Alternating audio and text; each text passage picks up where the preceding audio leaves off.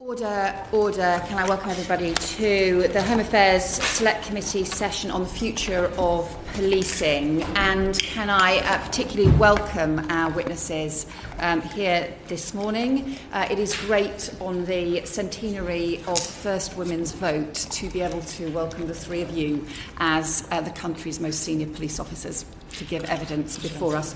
Can I ask you to just each introduce yourselves, please?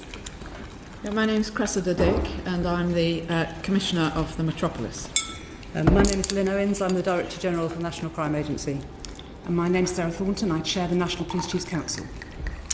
And we've been hearing in our inquiry about the challenges facing police in the future, the changing patterns of crime, ranging from issues around online fraud to mental health to terrorism, and looking at how and whether the police are equipped to respond.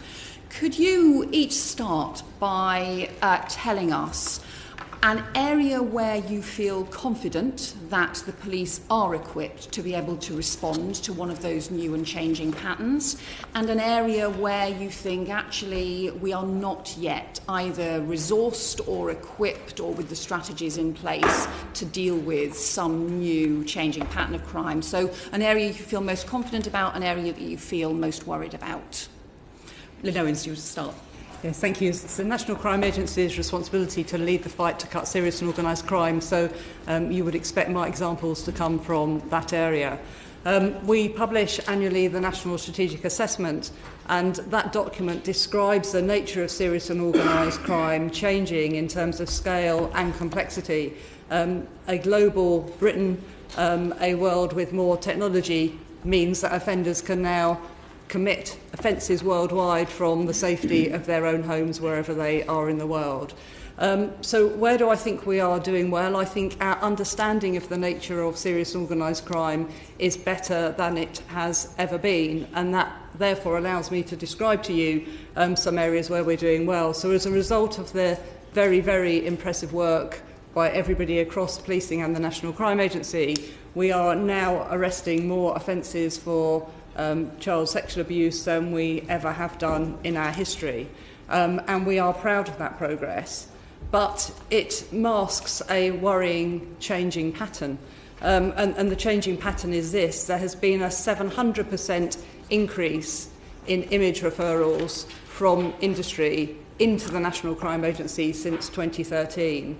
And so whilst we are keeping up with those referrals, what we are not yet doing in the way that I think we should be is being able to build the capacity and the capability to keep ahead of the curve. And if perhaps I could draw on an operational example to explain that to you.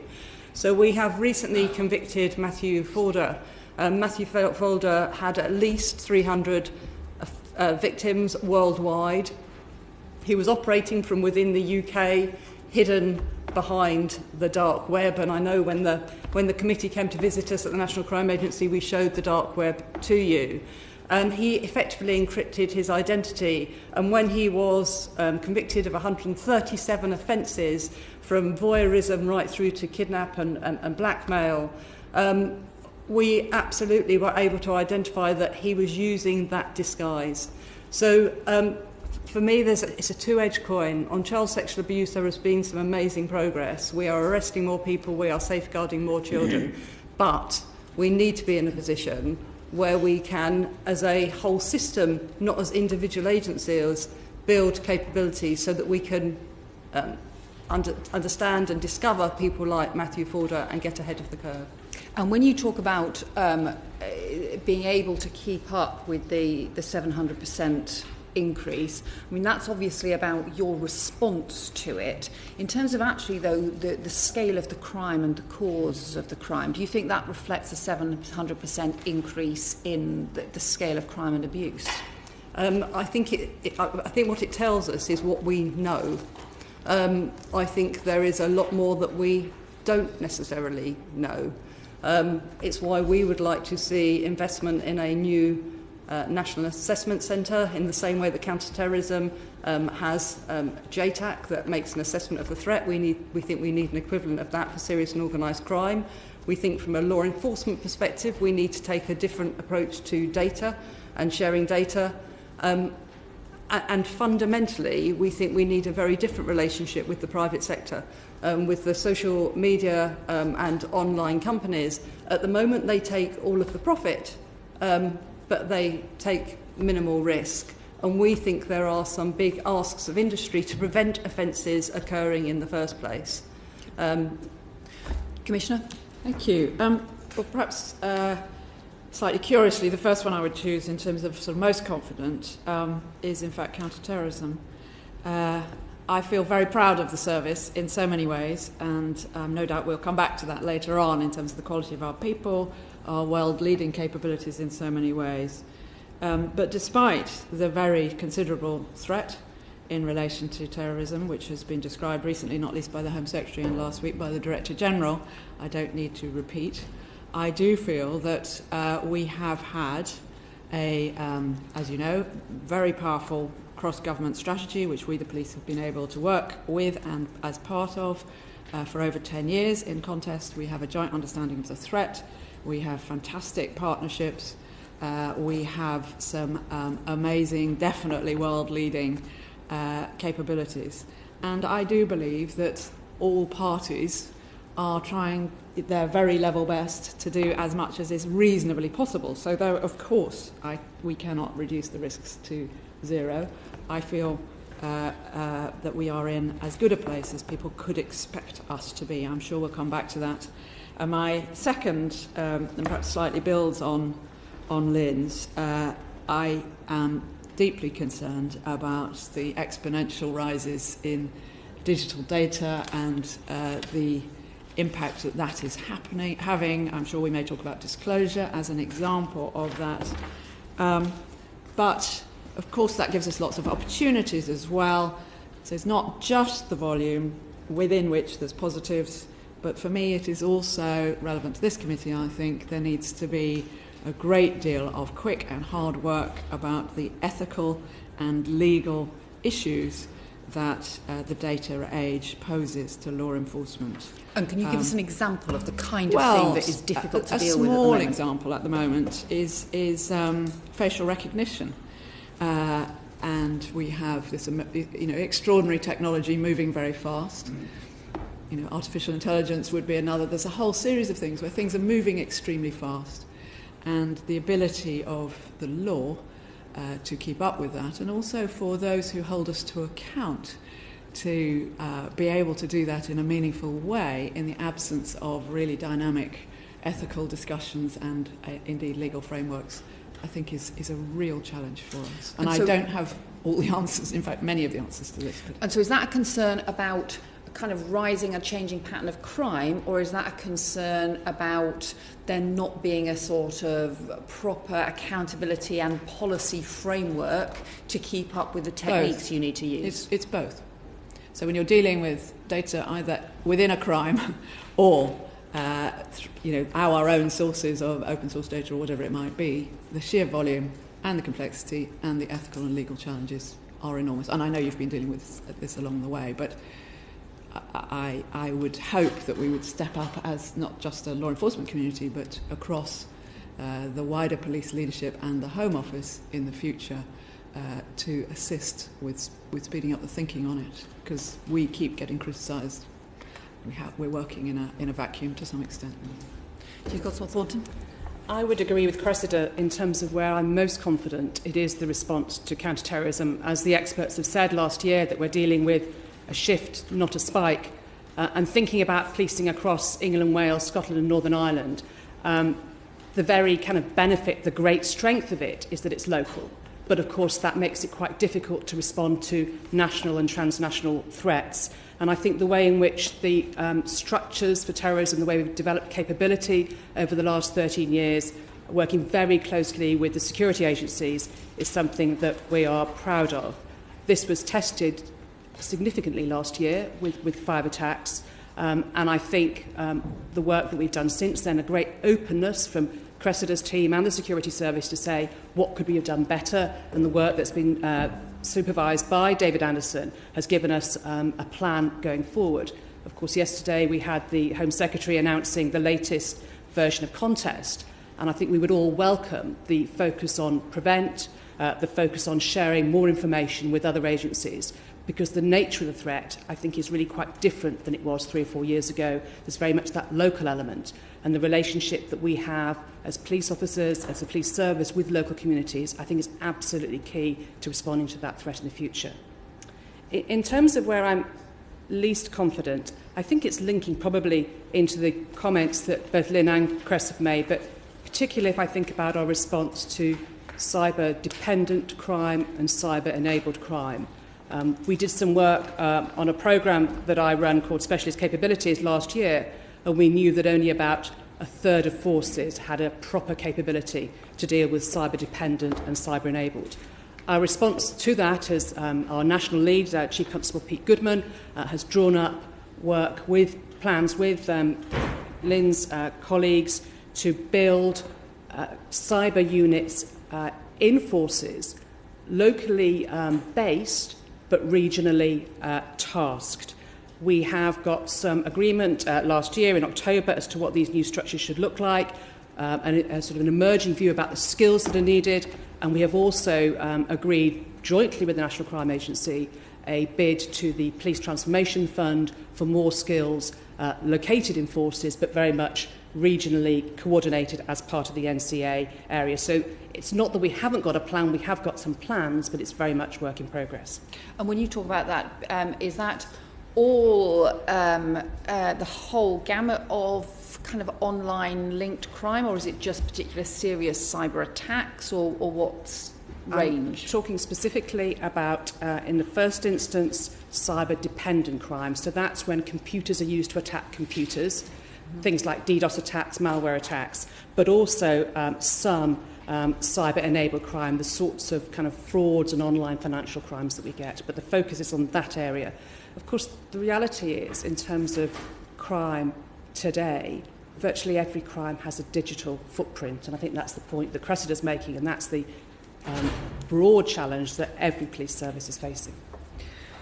Can I ask you, when we started this inquiry, many of the things that you've talked about, both counter-terrorism but also particularly changing patterns of online crime, whether that be abuse of children or online fraud or cybercrime, those are the things we thought we would spend a lot of our time taking evidence on. But actually, since we started it, we've seen the ongoing increase in serious violent crime. Mm-hmm.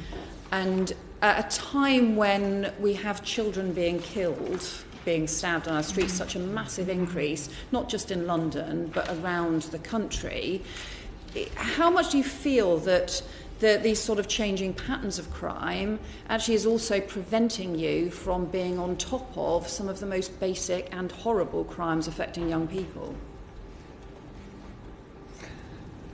Well, clearly, throughout policing history, choices have been made and priorities have been articulated.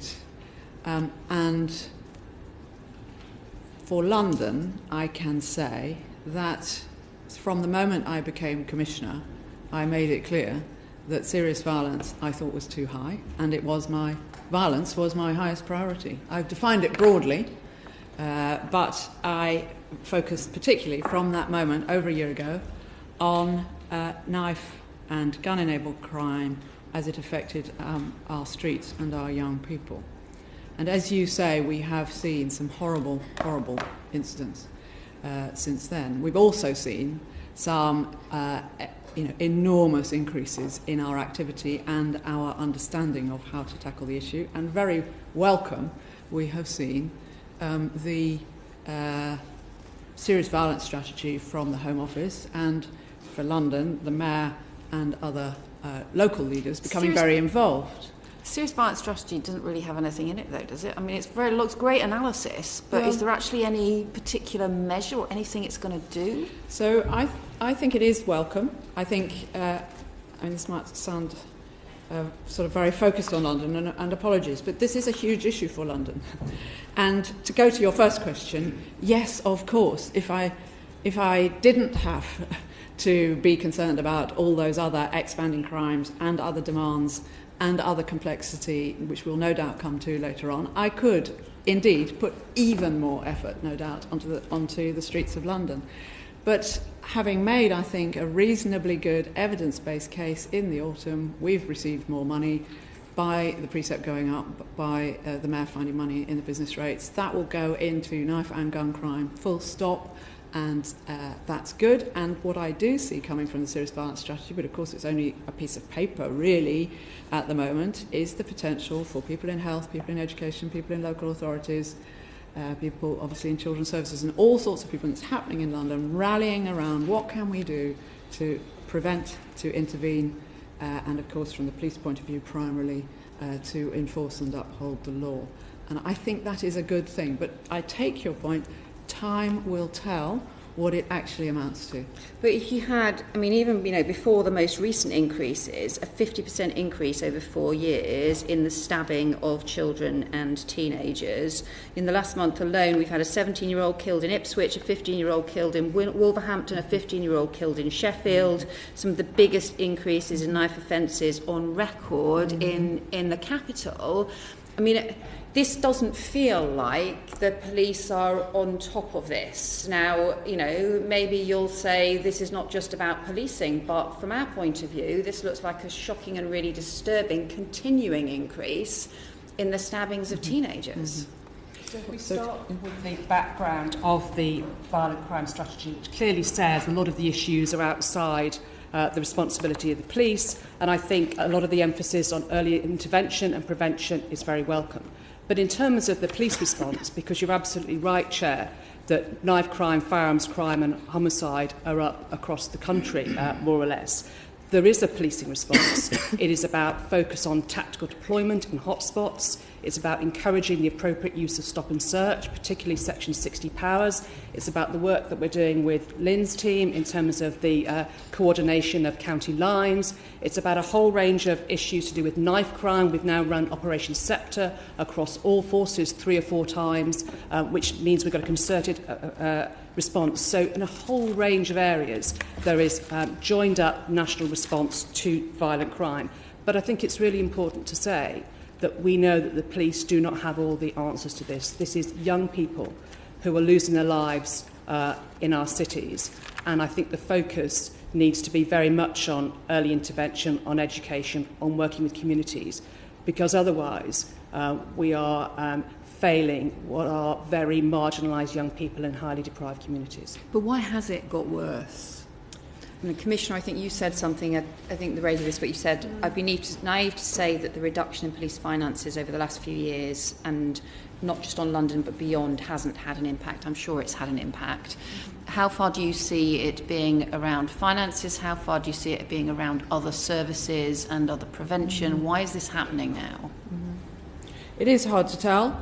It is a very serious issue.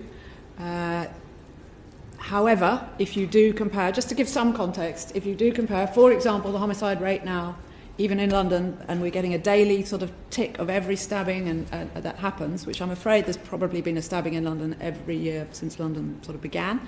But if you compare the homicide rate now, so the year before last was 110, 115, this last year was 150. When I was a commander in the Met 12 years ago, it was 250. And I can remember investigating the murders of young people at that time. I regret every single one, but I do think we need to have some context. This is affecting particular communities. It is not making this whole city unsafe. It's not making young people in general unsafe. It's not dragging most young people into crime. It is a horrible phenomenon. And that's why I have literally hundreds of people out on the streets suppressing it. And I am beginning to see some stabilisation and indeed even potential reductions in the stabbings of young people under 25. A whole series of social issues will have contributed to the changes and the increases. I am sure. I answered a radio interview in which I said, of course, in effect, I said, of course, austerity has probably had something to do with this, by which I mean, of course, the other services as well as the police. But I would be naive to suggest that reduced numbers of officers on the street for a whole variety of reasons, including, and I'm talking across the country here, including reduced officer numbers overall, has had no impact. I'm sure it's had an impact, together with a whole series of other things, which I'm happy to talk about. And in terms of what you think is working to try and stabilise things now, that has involved putting more officers on the street in particular areas, has it? Yes, it has. I mean, if I was to give you the example of moped-enabled crime, with some of which, and there's been some in the media this morning, 2 horrible, actually, incidents today, overnight. When I came in as Commissioner in April 2017, moped-enabled crime had been going up like that in the previous year. And in fact, like most violent crimes, the start of it was in 2014, but it started to get up like that. For the last several months, we have seen a 50% reduction. It's coming down and down and down. We've done that through new tactics, better intelligence, more coordination, more focus in targeted hotspots, working with the courts, working with the CPS, getting people locked up. And we are now applying similar, and long-term prevention work as well, actually, similar kinds of things to the wider problem of knife and gun crime. That's what we need to do, the whole gamut of police capabilities together with, of course, our wider partners. But you've had to put more people into dealing with that area. Yes, absolutely. Crime. I think the public would expect that. I've had it. 2 big step-ups of the number of people on the street. One about just after Tanisha in Haringey was killed. We put a whole load more out, and we do that all the time and on weekends, and we will throughout the summer. And they are stopping and searching huge numbers, more than they were.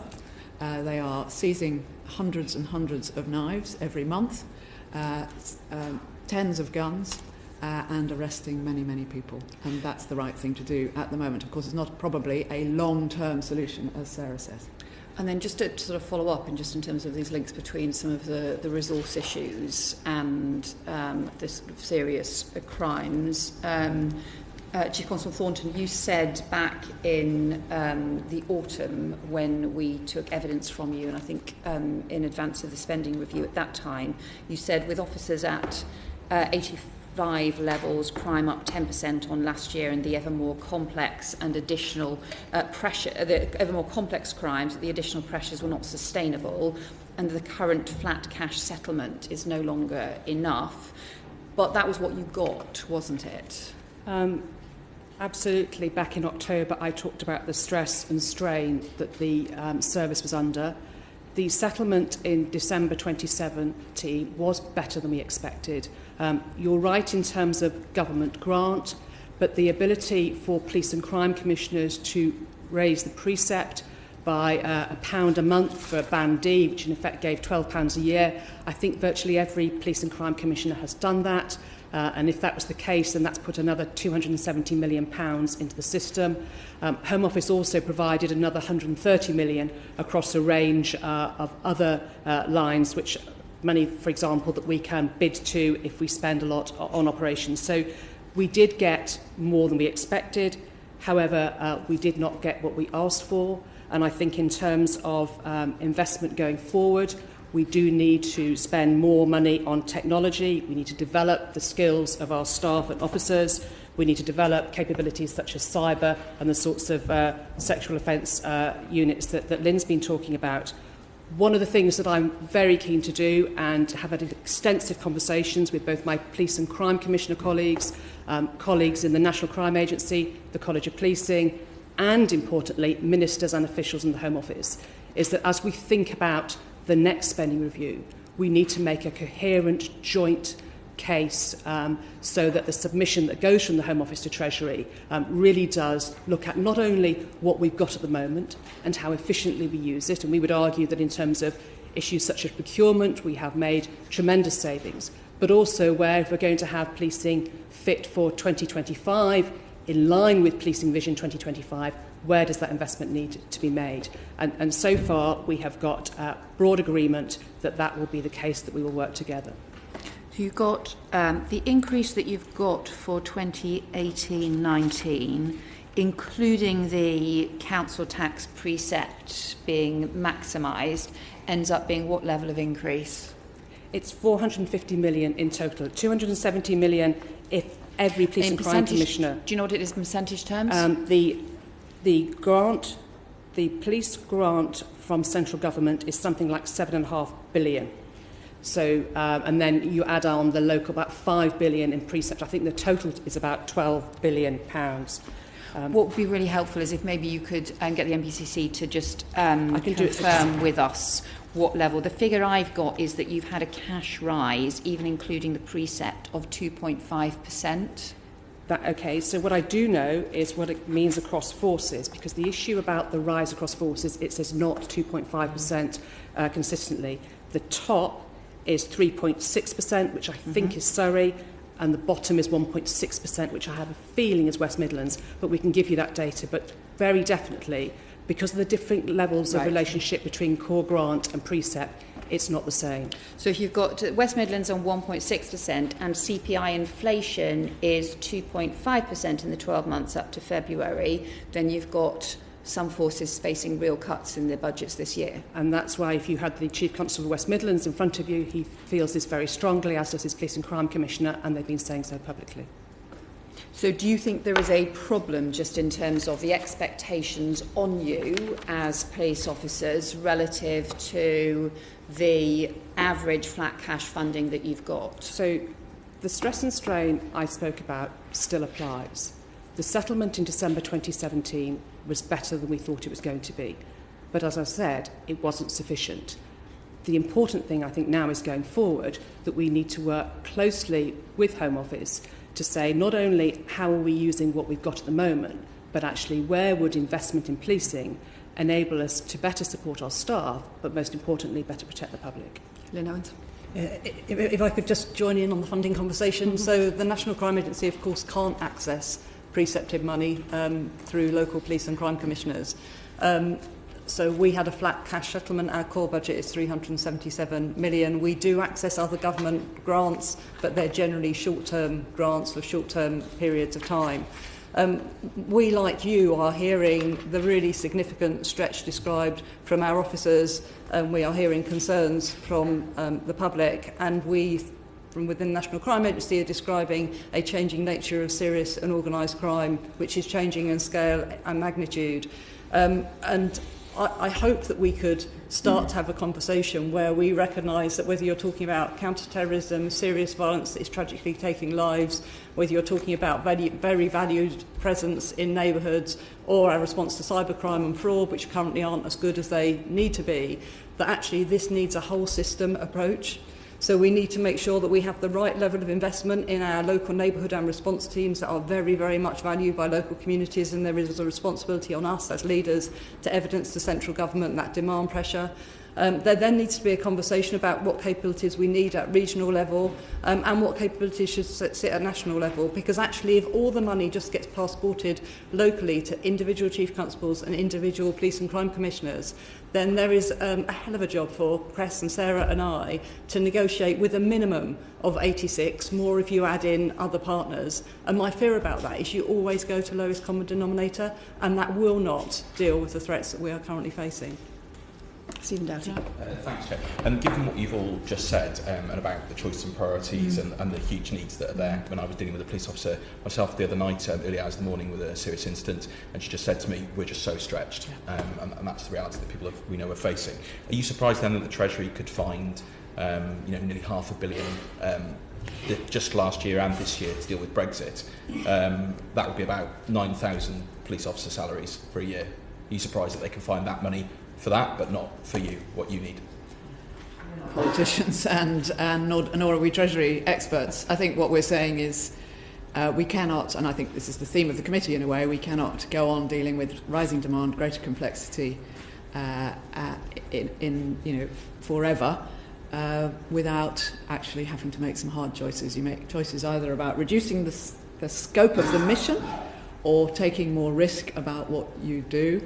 Of course, if I speak for the Met, we've made £700 million worth of efficiencies in the last few years, and we've got another.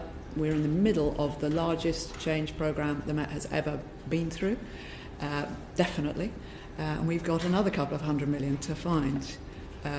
So I'm sure everybody would say there's probably a little bit more efficiency they could squeeze here and there, but what we see is this huge rising expectation and demand, which is putting a massive strain on our people and it cannot go on without hard choices, either, as I say, more money, smaller mission, greater risk appetite. And you get that feedback clearly from your own officers, I assume. Absolutely. Do you get that sense of frustration that they're looking at choices that are being made, they're looking at the reality of the constraints they have on their time and their ability? We've heard in private and publicly from many officers. What are they telling you? The officers are absolutely clear about the stress and strain that's upon them, and if you look at the Police Federation survey, the extent to which people's morale is affected, a real concern about their well-being and their health. The data, the feedback from our colleagues, from our staff is very strong. I would agree with Cressida. The issue about how Treasury decides to spend money is a political decision. Where I think we're all clear is that there is an obvious place for investment in policing, and we will make that over the course of the next 12 to 18 months. We very much welcome the new Home Secretary's position when he went to the Police Federation conference and said he thought that there was more money was needed in the system, and we will do everything we can to give him the evidence, the information to stand that up. Have you had anything to follow up on that? Because obviously it was a very, sort of warm words, but we haven't seen any sort of substance to it. So 10 days ago, we wrote jointly with Nick Hurd, the Police Minister, with the Police and Crime Commissioners, with Lynn, with Mike Cunningham from the College, putting a proposition to all our colleagues about joint working. The Police Minister, officials in the Home Office were very, very supportive of that. Okay, but you haven't had a formal kind of response yet in terms of sort of metrics in terms of money or additional resources that might be available in year or in future years at all? No. No, okay. Just coming back to the issue of knife crime, I'm particularly going to ask Sarah this. I had a young man, 20 years old, from my own area, from literally a couple of streets away from me, stabbed to death in Liverpool just a few weeks ago. I was called up about another serious murder involving knife just at the weekend. 2 people I know personally have witnessed individuals being stabbed to death in the street in the last 3 months. What's your sense of what is going on outside of the capital in terms of serious violence and involving particularly knives and guns, and how are things spreading outside of what we might have traditionally seen just in London? So over the last 2 or 3 years, it's been very apparent that a lot of the rises in violent crime, which started off in our big cities, and it's not just London, it's also Liverpool, Manchester, Birmingham, are now spreading to most of the county areas. I think the rise in knife crime is pretty much across, I think maybe it's about 41 out of 43 forces, it's pretty consistent. So there has been a growing. The other issue, when you talked about what's driving the rises in violent crime, there are probably half a dozen things we could point to. But one of the issues is the way in which drug markets are developing, crack cocaine markets, the gang engagement in that, battle for kind of territory and turf, but also the phenomenon that we refer to as county lines, where dealers going out from the major urban conurbations and in many ways, oppressing young people, abusing them in the most awful way to get them to help in the business of drug dealing in local areas. So I think there has been a general movement across the country, and maybe a few years ago some colleagues would say we haven't got an issue of knife crime in our area. People are not saying that now. No, absolutely. I mean, could I just come in on that point? It's why we need to see this as a whole system, because the National Crime Agency deploys between 150 and 170 officers every day overseas in our international liaison posts. We have made some really significant seizures of crack cocaine off Colombia, off Spain within the last 6 months. We are now running the County Lines Coordination Centre from within the National Crime Agency, so we know there are 648 active county lines investigations. There are 1,540 active telephone lines. So we need to understand what's happening in local communities. We need to target offenders that are absolutely crossing geographic borders, including those internationally. And we need to recognise that those very vulnerable young people in communities who are being used both as victims and then becoming offenders. So it needs a whole system response, which is why I'm suggesting to the committee that the current structure of funding and governance doesn't meet a need which isn't bounded just in a single geography. I mean, I very much recognise the picture you're presenting from certain the conversations I've had literally just last week about these issues in my own community. I wondered, though, given Sarah, what you said about cyber-enabled crime, what extent you see this as part of the picture on particularly the violent crime? Because I've certainly had young people come and talk to me about the amount of content that's being shared, particularly on Instagram, Facebook, YouTube, and elsewhere, almost encouraging both in terms of methods, but also this whole thing of calling people out and encouraging them to respond and sending videos back and forth. What are they doing? What are social media companies doing to deal with this? Well, I think there is general agreement that social media has, in some cases, glamorised violence, that it's certainly brought like-minded people together, the degree of kind of people following certain kind of gang leaders. Without a doubt, social media is an issue. And I think Lynn alluded to it earlier. We think there is a significant ask of social media companies, tech companies, platforms in terms of what they can do to help us prevent and to disrupt this sort of activity. So whether it's dealing with terrorism or whether it's dealing with sexual abuse or whether it's dealing with violence, they're taking much more responsibility for material. Can it be pre-filtered, pre-screened before it's placed online? What is their responsibility in terms of research and development? What is their responsibility in terms of kind of making sure that their platforms are harder to use? I think Will Kerr, when he came here, suggested maybe a kite mark, so that parents know certain social media platforms are safe. There is a range of initiatives and ideas which have been discussed between the NCA and chiefs and were agreed at council last April, and this is our ask of the tech companies. Maybe one just last point on that. I mean, are you worried particularly about kind of closed groups as well, and for example locked Instagram accounts and others? I mean, I've been told of a number where you can't immediately see the stuff that's being shared, but obviously they allow in certain young people, certain age, certain background, certain location, and then they are literally, as you said, glamorising or encouraging. So this links to Cressida's earlier point about access to data, because one of the things that the National Crime Agency should bring to the party is an ability to use intrusive covert techniques to understand how crime is being fueled and enabled online. That needs it needs investment. It needs the right powers, and it needs the right public consent. But at its heart, absolutely, we have got to stop technology being an enabler of crime, and we have a responsibility there, but so do the technical companies. So just on that, if you think about the internet, there's the clear net at the top where we all do our Google searches. That's a small percentage. Then there's the kind of the middle bit, the deep net, where things are behind paywalls or password protected, and then you've got the dark net. Yeah. I think on all three levels, we need to have a much better response. Yeah. John Woodcock. Thank you, Chair. Can I ask you to expand a little on counter-terror? You said it as your greatest success, particularly in the first instance over Prevent, and we've noticed Neil Basu, your new head of counter-terror, has talked about the need to revamp Prevent. What does he mean by that, and what will be happening?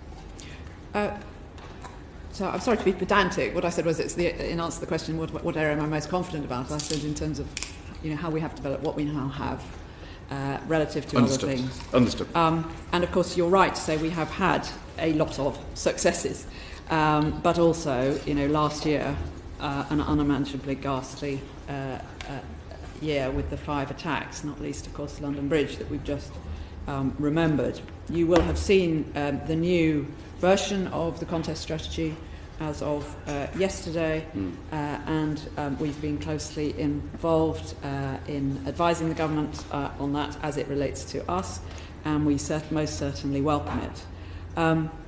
Prevent is one, as you know, of the 4 Ps. I am on record, at least back to 2006, in saying this is the hardest and in many respects the most important aspect of any counter-terrorist strategy, to prevent people becoming violent extremists. I cannot speak for Neil, but I think what... Sorry, sir. No, continue. So I think what he was saying is that, it's been developed over 10 years. It's made, progression. During that time, it has, of course, been highly contested and controversial on occasions, and indeed some people have been very concerned about aspects of Prevent.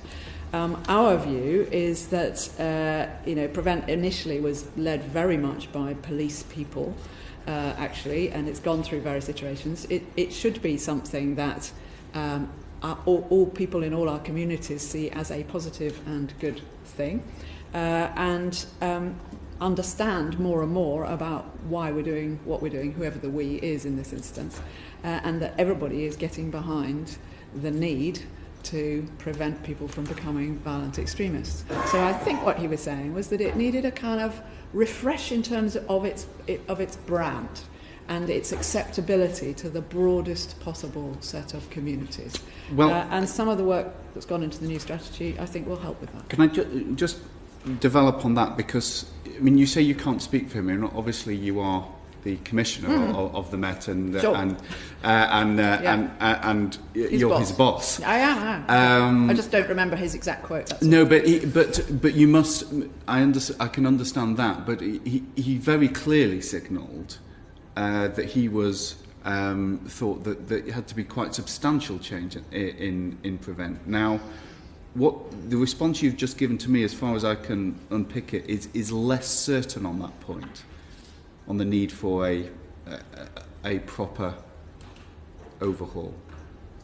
I think what I am trying to say, and what I know he would agree with, is that Prevent is, as it were, the show in town. Nobody's come up with anything better. Mm-hmm. There's an awful lot of very, very good work that's gone on under Prevent in relation to all forms of extremism, not forgetting extreme right wing, which actually takes up a big part of it. There have been hundreds of people who have been turned away from violent extremism by their engagement with Channel and other aspects of Prevent, and that is all positive. But we all recognise that there are certain parts of some of our communities in which there is suspicion and there is concern. No, indeed. And therefore we have to work with the big we, with people in those communities to help them to feel more confident that they would come forward if they saw somebody they were concerned about, that they would feel confident that they will be helped effectively away from violent extremism. Commissioner, if you don't mind me saying, you seem to be picking your words rather more carefully than your previous self-assured responses. Is it fair to say that the new Home Secretary potentially takes a different view to the direction that you may have been going to change Prevent? I don't think so, no. No? That's genuinely not my view. That's helpful. That's helpful to know. Thank you. And I did speak to Neil last night, and he was there at the speech. He welcomes what has been said. Good. Definitely. Good. Just on that subject, while we were waiting in the yard this morning, I bumped into the national lead for Prevent, Chief Constable Simon Cole, who, in response to the strategy yesterday, had called in all the regional leads. They were going to meet in the yard to think particularly not just about what was in contest yesterday, but this idea of Prevent needs to get into rehabilitation more, and what, I think it's the desistance and disengagement programme, what will that mean locally? So I saw no sense of a lack of support for the Home Secretary's position yesterday. Okay, it's useful. Mark Rowley, the outgoing head of counter-terror, has talked about being proud of the successes, but said where the big gap remains is in the community engagement, which is the bread and butter of Prevent. Is it really feasible to think that you are going to substantively improve that at the same time as you have got the resource pressure which we've just discussed at length? There are a number of things that have been announced in the new strategy, and as has already been said, many of them, the majority, come from the reviews that we in policing and security service did after the attacks last year. And one of those, as Sarah said, is about desist and disengage, I think it's called. Another is about the local sharing of information that has come from the security service and secret sources, and the efforts that will be made and we're piloting this presently, through other bodies than policing and security services, to be able to identify risk, to manage people who have previously been thought to pose a risk in various different ways. Absolutely, that effort will take considerable skill, capability and resource. we are in the early stages of pilots of those. So, it cannot be done without investment, in my view, and I have consistently said that. So you've got a situation where you're putting more resource, rightly and understandably, into rising violent crime and knife crime. You are saying that there is substantially more resource needed to improve the community picture on prevent. What loses? So, I should have said earlier, of course, and Sarah, I think, made this point, forgive me if I'm wrong there, that we have also had some extra money in counter-terrorism already. But not sufficient levels for what is needed. No. And secondly, though, in talking about how powerful I think our capability is in counter-terrorism, I have talked about the very high levels of investment over the years. And I'm the last person to want to get involved, frankly, in party politics. I really am. But I do think we need to acknowledge that successive governments have invested a huge amount, ring-fenced, with a lot of strong governance, as Sarah said, some really functioning capabilities regionally and from London and internationally in CT policing. And we have, as Andrew Parker has said, a huge amount of work to do to keep up, my words, to keep up with the current threat. And we are now going to try to get, if you like, upstream from it by doing more work in the prevent area. We haven't been given specific extra funding for that yet, and the people that I'm most concerned about actually are those in local authorities and other organisations that will have to play into this effort, who, again, I don't think we have yet carved out the extra money. So when Sarah says we will, of course, be working cooperatively with the Home Office and others to put a bid in next year, that will absolutely include working with the agencies and Lynn and others on a bid around counter-terrorism. I am certain of that. Thank you. If I may help there, the bid that we made to Home Office last autumn specifically talked about more resources for neighbourhood policing, for this sort of engagement in those communities, in particular to support the pilots in Birmingham, Manchester and London. Because the difficulty we have about the numbers of neighbourhood police officers, although the numbers have remained reasonably consistent if you look at the most recent Police Foundation report, of course what they're doing has changed enormously. So in a lot of force areas, although the numbers look the same, the neighbourhood officers are doing a lot of response work, they're doing a lot of work around mental health, they're doing a lot of work around missing persons. So there is undoubtedly a capacity issue in neighbourhood policing. We're all convinced of the importance of these relationships, this engagement in the fight against counter-terrorism. It's Lynn's point about whole system, but it does need some extra investment. We made that case last year and we'll continue to make that case. And if I could jump in, Cress has led and has impressively led a very good whole system response to counter-terrorism, and that's why it's something that people, all of us, would describe as a success. At the moment, we don't have that same system as it relates to serious and organised crime. We're working closely with the Home Office at the moment on a revised serious and organised crime strategy. My concern is that it could be very easy to see a local investment in neighbourhood policing, a continued investment in counter-terrorism, both things that are very visibly enjoyed by local communities, visible policing and value policing and important policing in neighbourhoods, big significant events. But let's not forget, serious and organised crime costs the UK economy at least £24 billion every year. So the joint pitch that we will hope to work on with the Home Office into ministers is, yes, investment in local policing built on a proper demand analysis. Yes, investment in counter-terrorism to respond to the significant shift in that threat. But at the same time, there has to be a different approach to how we fund and resource our response to serious and organised crime, cybercrime, cyber-enabled crime, fraud, modern slavery and human trafficking, organised immigration crime, child sexual abuse, the importation of firearms. That needs significantly more money. Another broad area which is growing in scale, our ability to focus on illicit finance that is moving its way through the UK, at the heart of the ability of UK to operate as a global Britain. The whole system needs a different approach to funding to make sure that we are as good as we all want us to be. Can I ask one final question on county lines? Could I ask you to say a little bit about how you think the picture is changing from this perspective of the receiving communities? There's been a lot of conversation, and I know this will not be your focus, Commissioner, but representing the town of Bower-in-Furness in South Cumbria, which is increasingly, officers tell me, being targeted not simply by the groups from Liverpool, as was always the case, but now groups from Manchester, people from young people clearly being leaned on to come up from London. Do we have a grip on this, and what needs to change to get better? So can I just say it is absolutely my focus. Forgive me. We in the Met have been extremely concerned about county lines. If you look at the new tactics, the new techniques, the new use of legislation, the new publicity, the new focus, that has come from... Forgive me, I wasn't saying you weren't...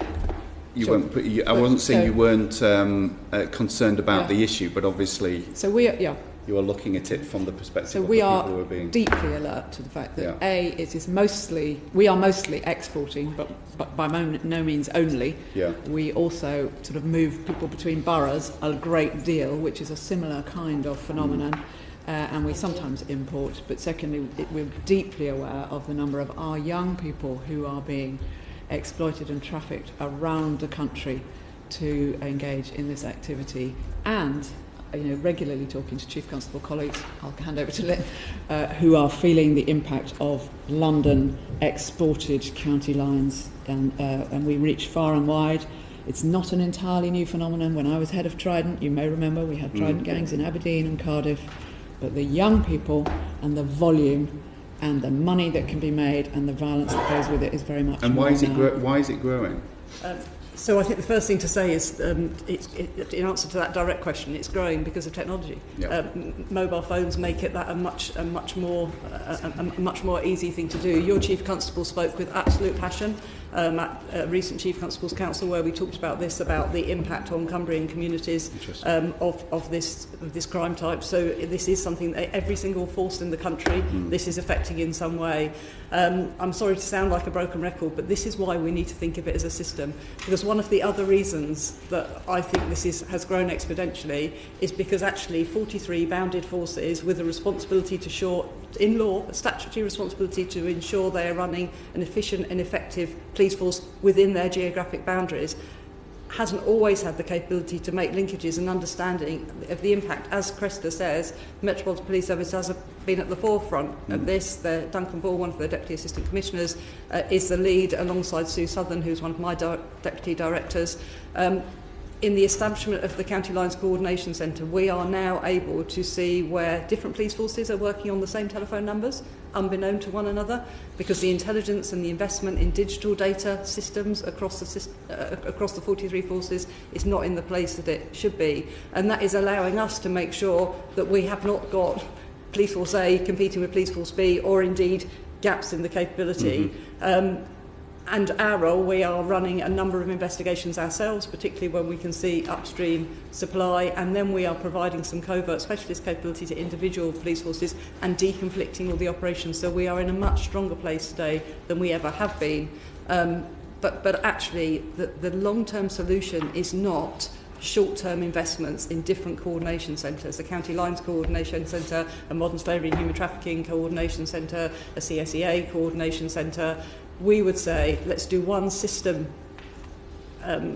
investment in a national assessment centre within the National Crime Agency. Let's do a system joined-up approach to data. We do need to take a very different approach to technological spend across the 43 police forces in England and Wales. Only then do you start to have a system which enables us to deal with global, technologically enabled crimes. Thank you. Douglas Ross.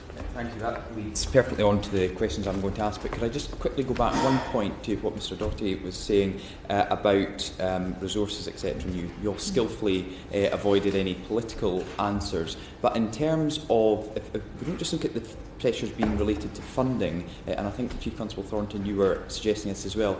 We've heard evidence that part of the problem is the police are now being asked to do things that 10, 20, 30 years ago they were not. It seems to be that the police are the emergency service of choice now, particularly with mental health. So how much of an impact does that have on officers' availability to do what the public would deem to be bread and butter policing issues, whereas they're actually dealing with far wider issues?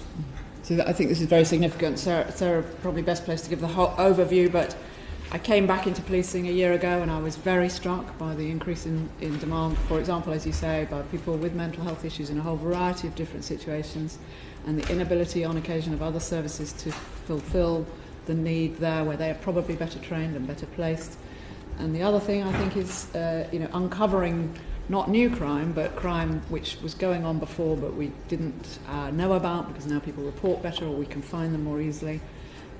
For example, the abuse of children, rape and sexual offences all going up at a time when expectations seem to be higher than ever about the standards that the police should achieve, and so that is another absolutely definite part of the equation.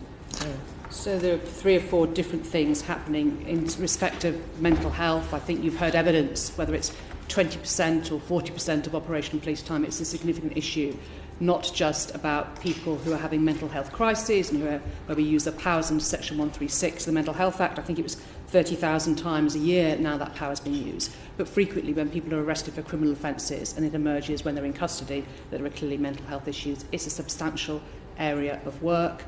We have worked very hard to try and avoid taking people to police stations as a place of safety, and I think the figure is now only about 3% are taken to police stations. Much better that we take people into a health setting, but frequently the experience is that officers have to remain with somebody while they wait for an assessment, and then frequently if there's an assessment that detention is appropriate, they have to remain for longer until a bed has been made. So it's a much better outcome for the person who's suffering from a mental health crisis, but of course it's more demanding on police time. And I think what's important is we do have a role, but colleagues, our officers and staff know that actually as soon as possible this is a health issue and we need to get people back into the health system rather than keeping them in the criminal justice system. The other area which is substantial is the area of missing people. I think the figure is something like 250,000 missing people a year.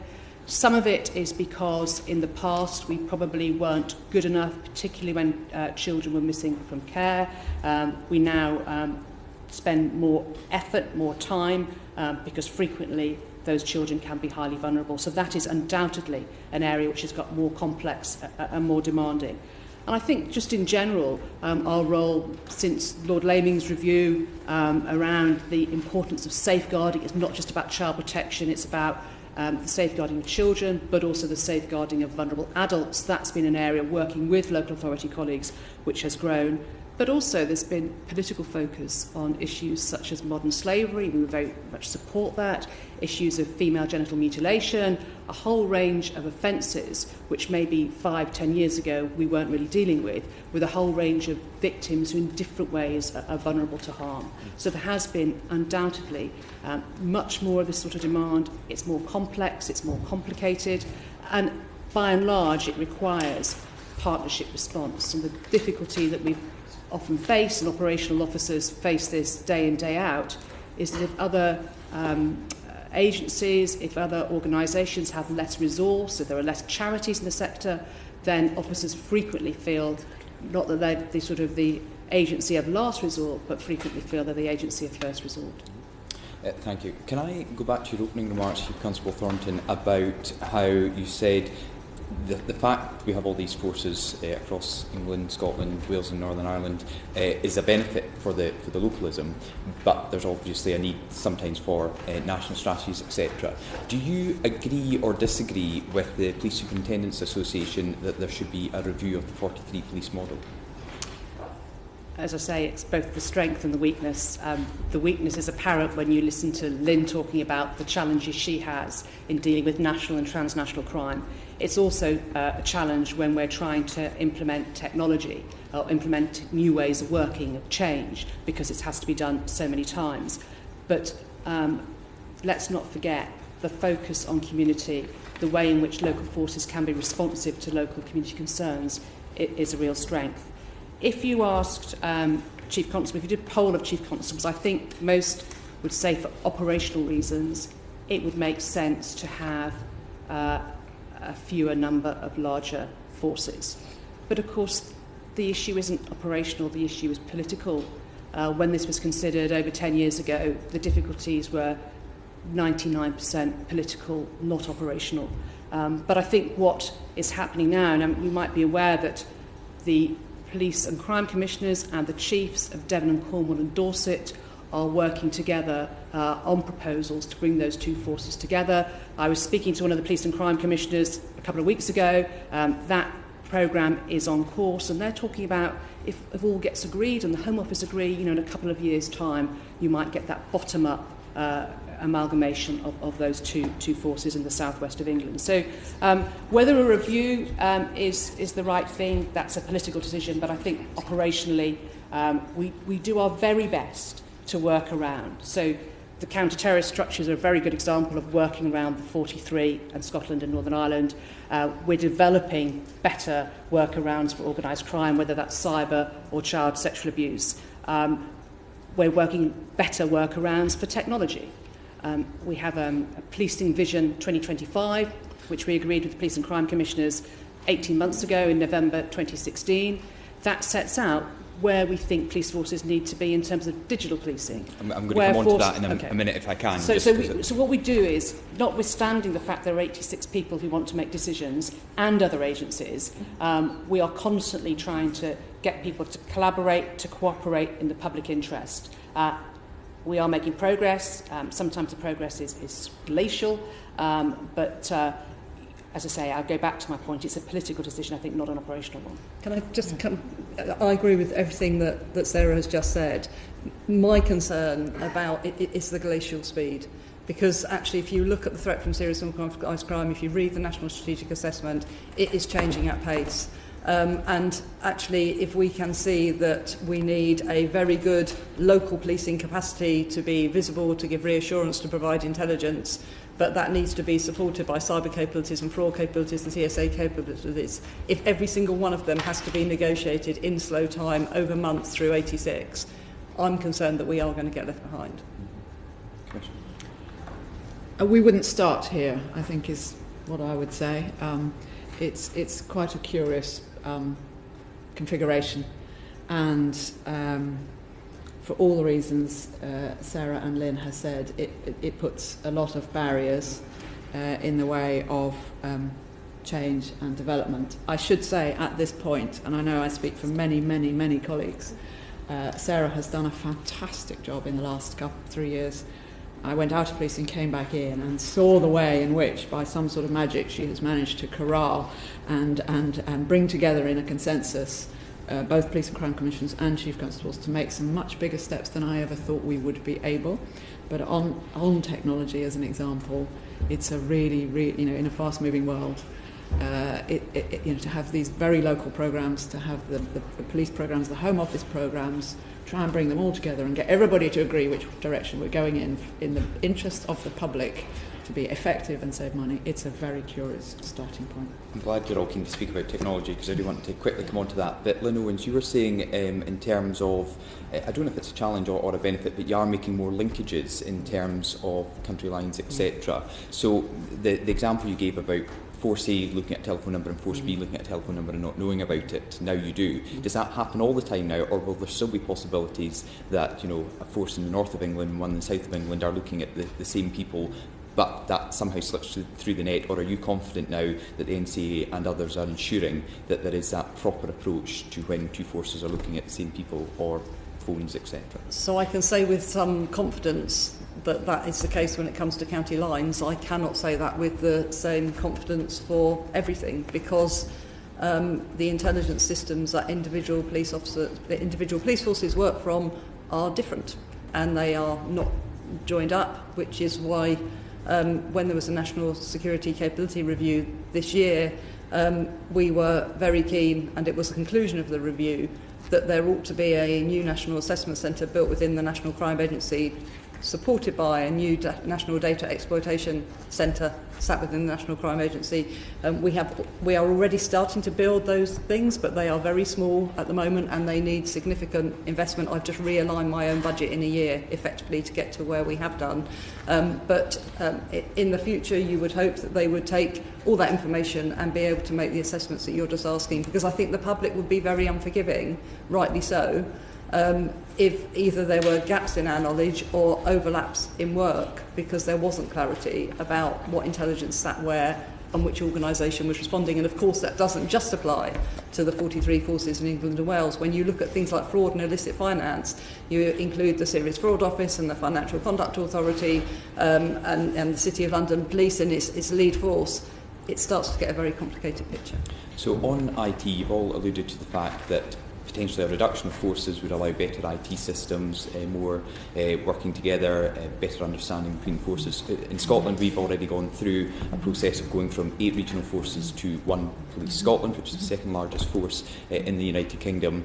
A £46 million programme called I6, which was going to transform the way we do IT and policing, got shelved. It was going to save £200 million.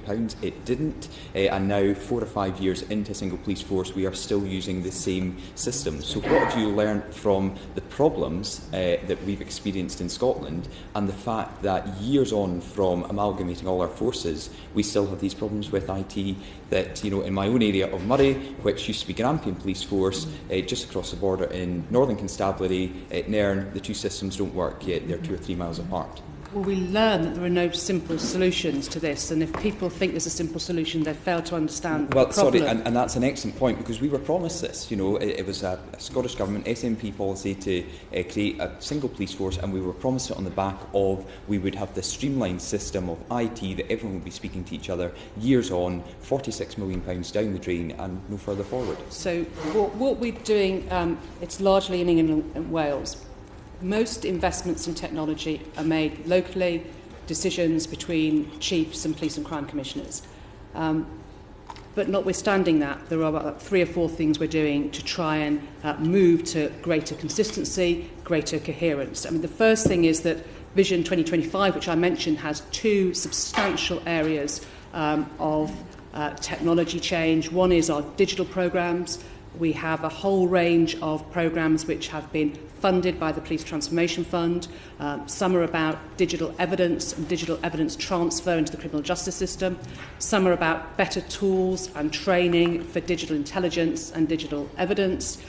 Some are about making sure that in terms of digital contact with the public, that we are encouraging all forces to go to the same kind of infrastructure. It's called the single online home. Not that the websites will look the same, but that actually the engineering behind will be procured jointly. So there's a range of programmes there, all police-led.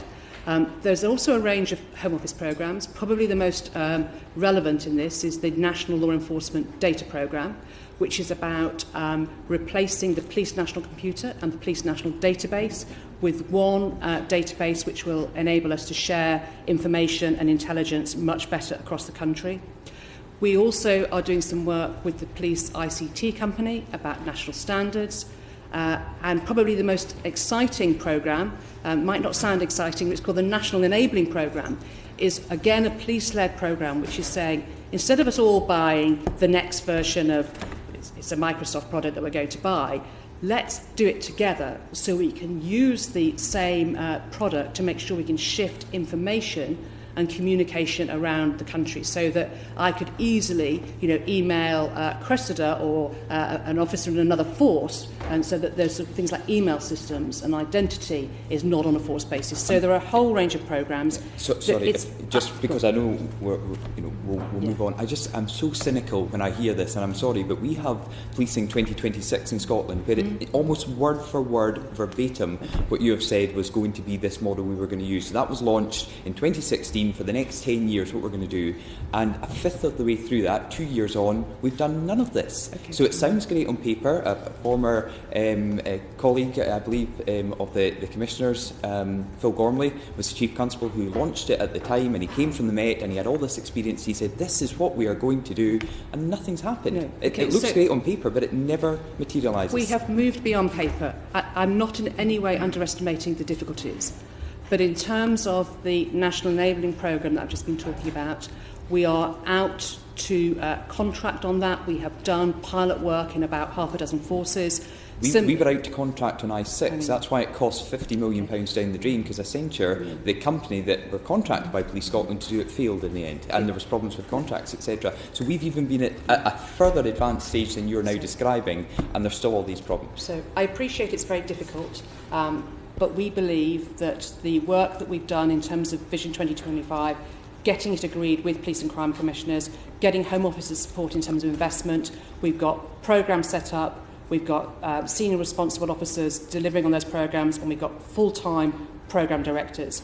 We have tried to put everything in place to ensure that the very best chance of success. Could I just say so also, Lynn probably more than me, but we talk, and Sarah, we talk to colleagues around the world a lot. Nobody has this sorted. We started with structures. Of course, structures is only one thing.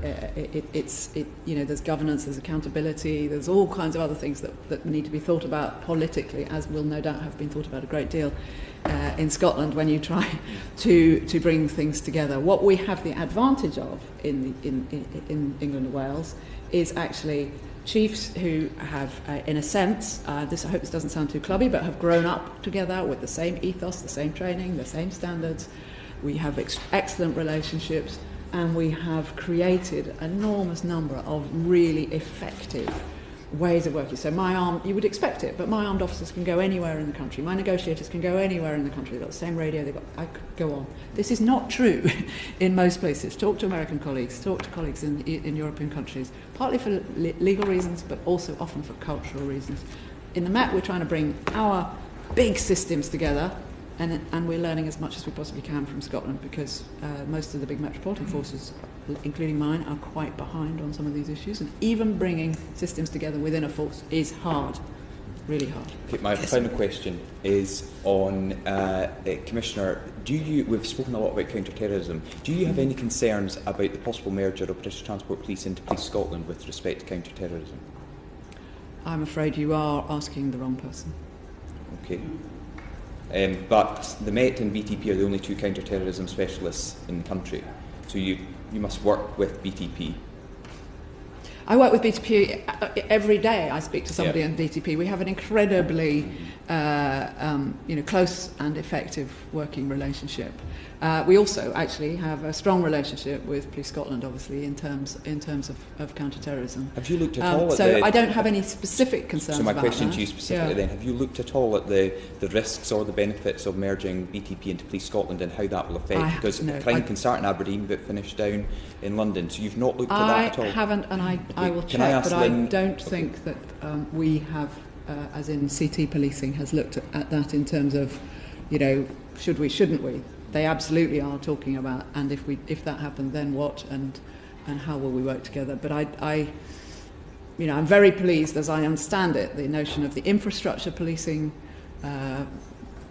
notion of BTP merging with other forces is not on the table at the moment. I think that is sensible for a whole variety of reasons.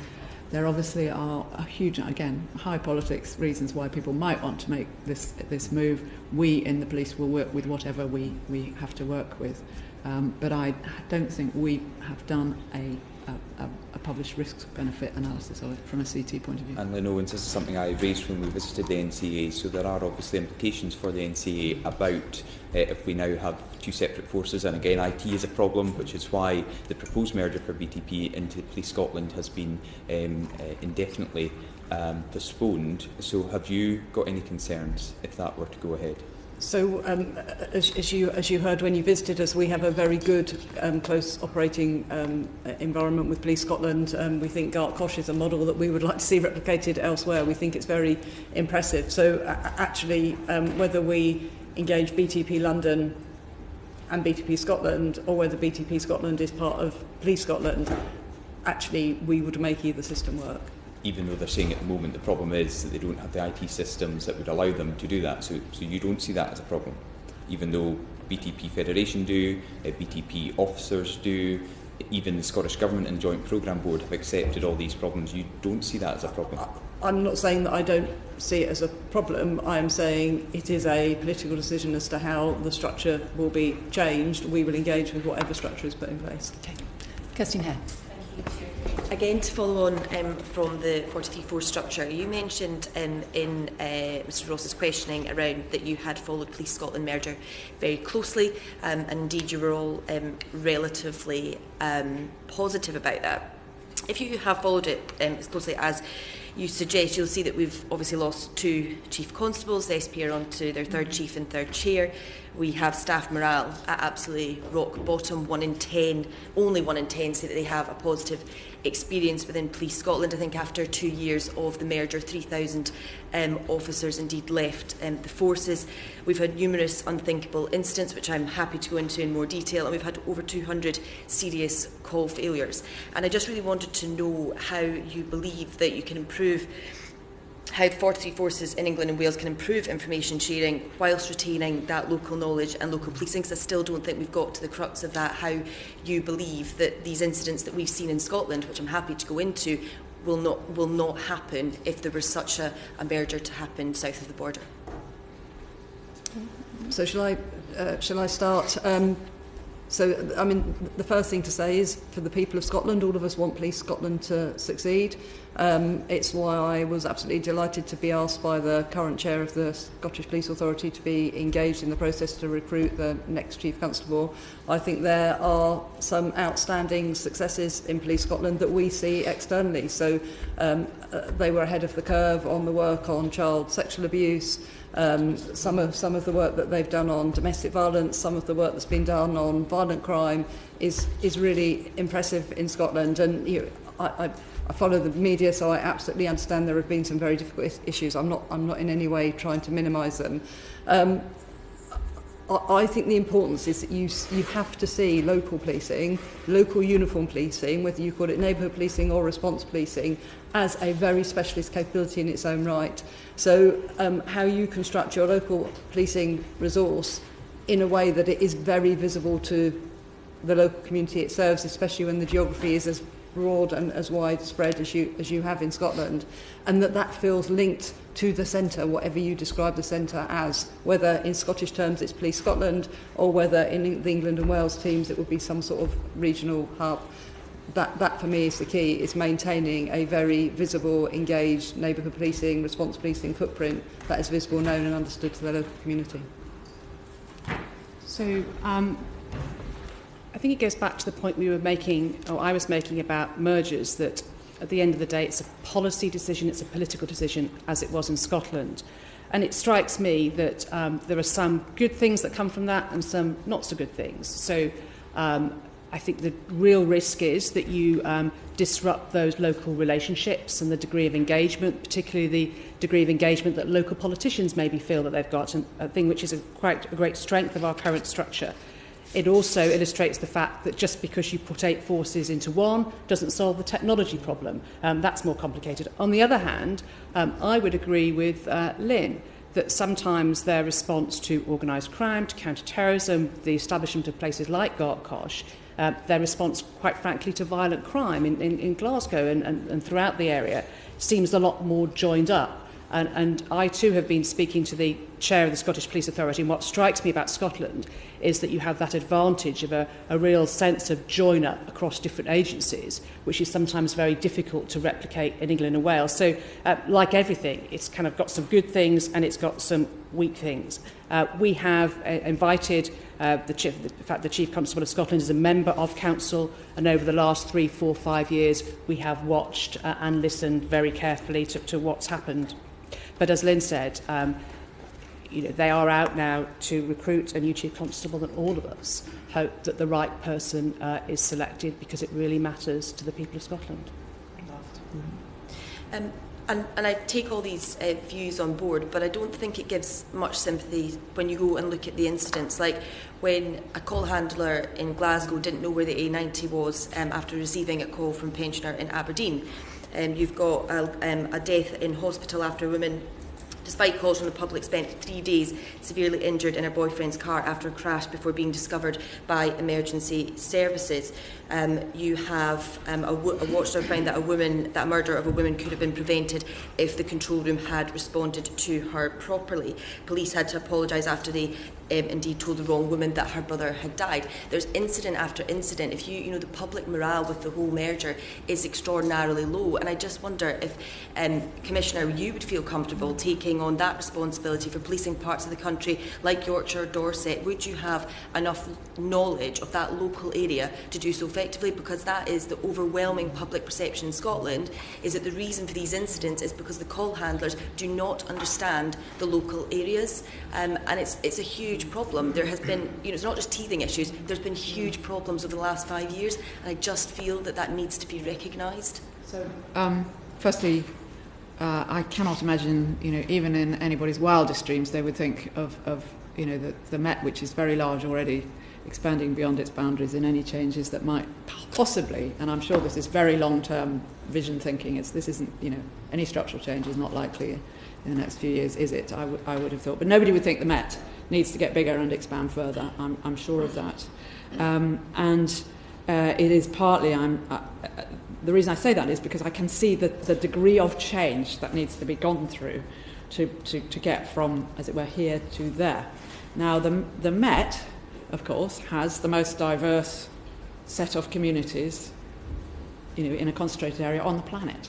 And we have to provide a very tailored service, as well as being able to do serious organised crime and counter-terrorism, to our very local people. And I am very proud of the Met, and we do it very, very, very well, I think, and we are very in touch with our local communities in what used to be called the villages of London. But you're in a much smaller geographical area. But it's a area. very small geographic area, and of course we've been building this for a very long time, although obviously London is changing. But in the Met, and in every police service, we have human beings and things go wrong.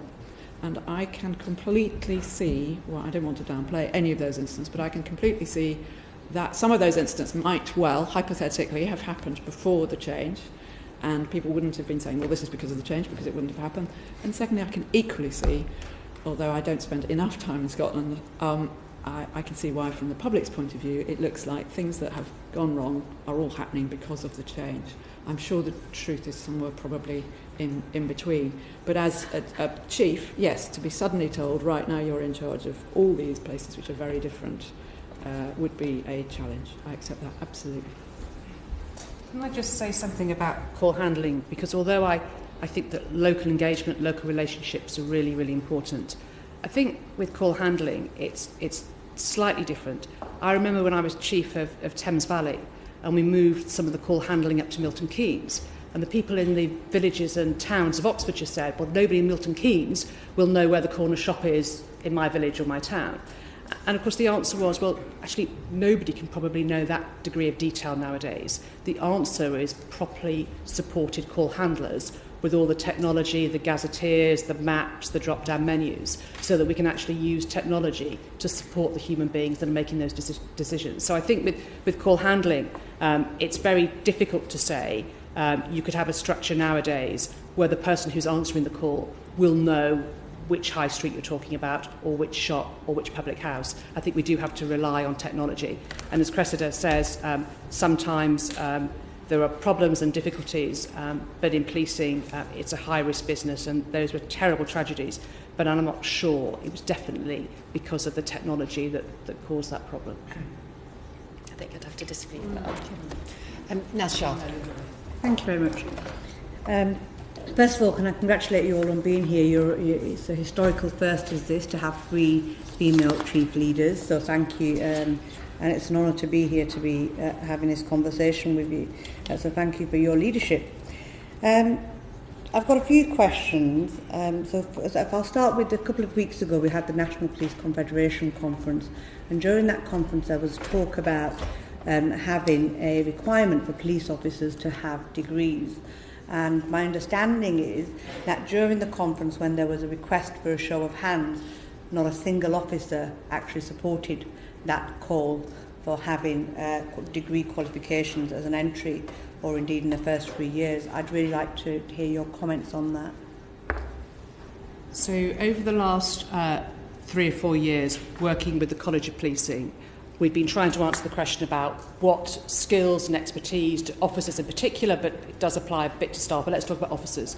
What will they need to face the challenges of 2025? And the approach that the college has developed and has consulted on widely over the last couple of years is that in terms of entry, officers will either have a degree or will be given the opportunity over the first 3 years to study for a higher level apprenticeship, which is very much in keeping with government approach to apprenticeships. And that means instead of having 2 years training, which was a mixture of kind of classroom and practical, it would be 3 years, and people will have a degree qualification at the end of that. I personally believe that given the complexity and the difficulties, whether we're talking about disclosure, whether we're talking about understanding pace, whether we're talking about understanding all the issues around privacy and human rights, that to expect people over their first 3 years, if they've not got a degree, to do that high-level apprenticeship, I think is the right thing. And I think it could be very attractive. Instead of going to university and racking up a debt, you're actually working as an apprentice in a police force, earning a salary and coming out with a degree. So I think there are some concerns about it. We need to make sure in terms of diversity it doesn't put people off or doesn't exclude them. But I do think that the offer that we would then have to the public is come and join us, and over those first 3 years, become a higher level apprentice and qualify with a degree. So I'm in favour of it. Despite the fact that none of your police officers said at the Police Confederation conference. I understand that's what happened. The Police Federation sit on the professional committee of the College of Policing. They sit on the board of the College of Policing, and these arrangements have been debated and negotiated through those structures. They have had the chance, and I'm sure they have responded, and it is now what our independent professional body, the college, has decided is appropriate. In terms of chief constables, we had a very full discussion again in April about whether colleagues are supportive of this, because of course quite a few chiefs have changed since the original chiefs supported it, but everybody has agreed that the college is moving on. There is no point in 1 or 2 people saying they don't agree. We will all support it. And there's another reason why chiefs would support it, is because we need some workforce reform, partly to ensure that the workforce is more effective, but partly because we have been saying for the last 3 or 4 years that pay needs to be reformed. And unless you have got a reformed workforce and are much clearer about contribution, it is very difficult to do any pay reform. Our pay review body is expecting detailed proposals from us next year. Certainly the Home Office and the Treasury expecting detailed proposals. And the suggestion has been made by officials that if we don't move forward on both workforce reform and pay reform, from the Treasury perspective, it doesn't look like it's a police service that's very committed to modernisation and making the most of what it's got. So there's a political pressure as well as a pressure to say, actually, in 2025 or indeed 2018, do we want to have a workforce of officers that are more qualified and more skilled than they currently are? And I think the answer is yes, because that would better serve the public. Thank you. I wonder if I could just jump in, because I think on this issue of apprenticeships, there has been a really significant misunderstanding and miscommunication. The College of Policing original proposal went out to proper consultation, and that's rare, but it was a genuine consultation, and actually they changed their proposals on the back of the responses to the consultation. So the initial proposal was that everybody must have a degree. They heard the very, very strong feedback from the front line and from colleagues, some of which might be sitting in front of you now, that actually we thought that would have an impact on diversity, it would have an impact on people coming from the most disadvantaged communities, it would have an impact actually on legitimacy. And as a result, they have now developed something very different. So that is a two-track approach. So if you have a degree, you can join policing. If you don't have a degree, you can join policing, but you will join policing on an apprenticeship route. I feel passionate about this because as you sit there in front of us today, you see 3 people who came in on different routes. 2 people, I wasn't one of them, came through degree programmes. I didn't. And I think that's one of the great strengths of British policing, is that it has always been a meritocracy. I think the proposals as they are currently constructed actually do recognise that, but I'm avid on social media. I can hear and see and tangibly feel the level of anger at this headline of every police officer must have a degree. That isn't the proposal. The proposal is there are different entry routes, but of course you must always be able to join policing without a degree. It's being called an apprenticeship. That's a modern term for something that didn't exist when I joined policing 28 years ago.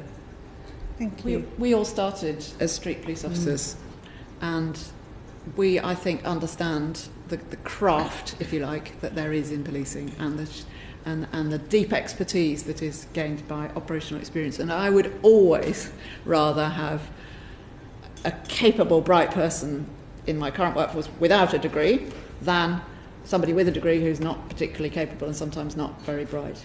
I do think that this does allow sensible routes for all, and secondly will allow people to gain a qualification that they can then use in other places. And rather like nursing, it helps us to make sure that people have the right formal technical expertise and understanding.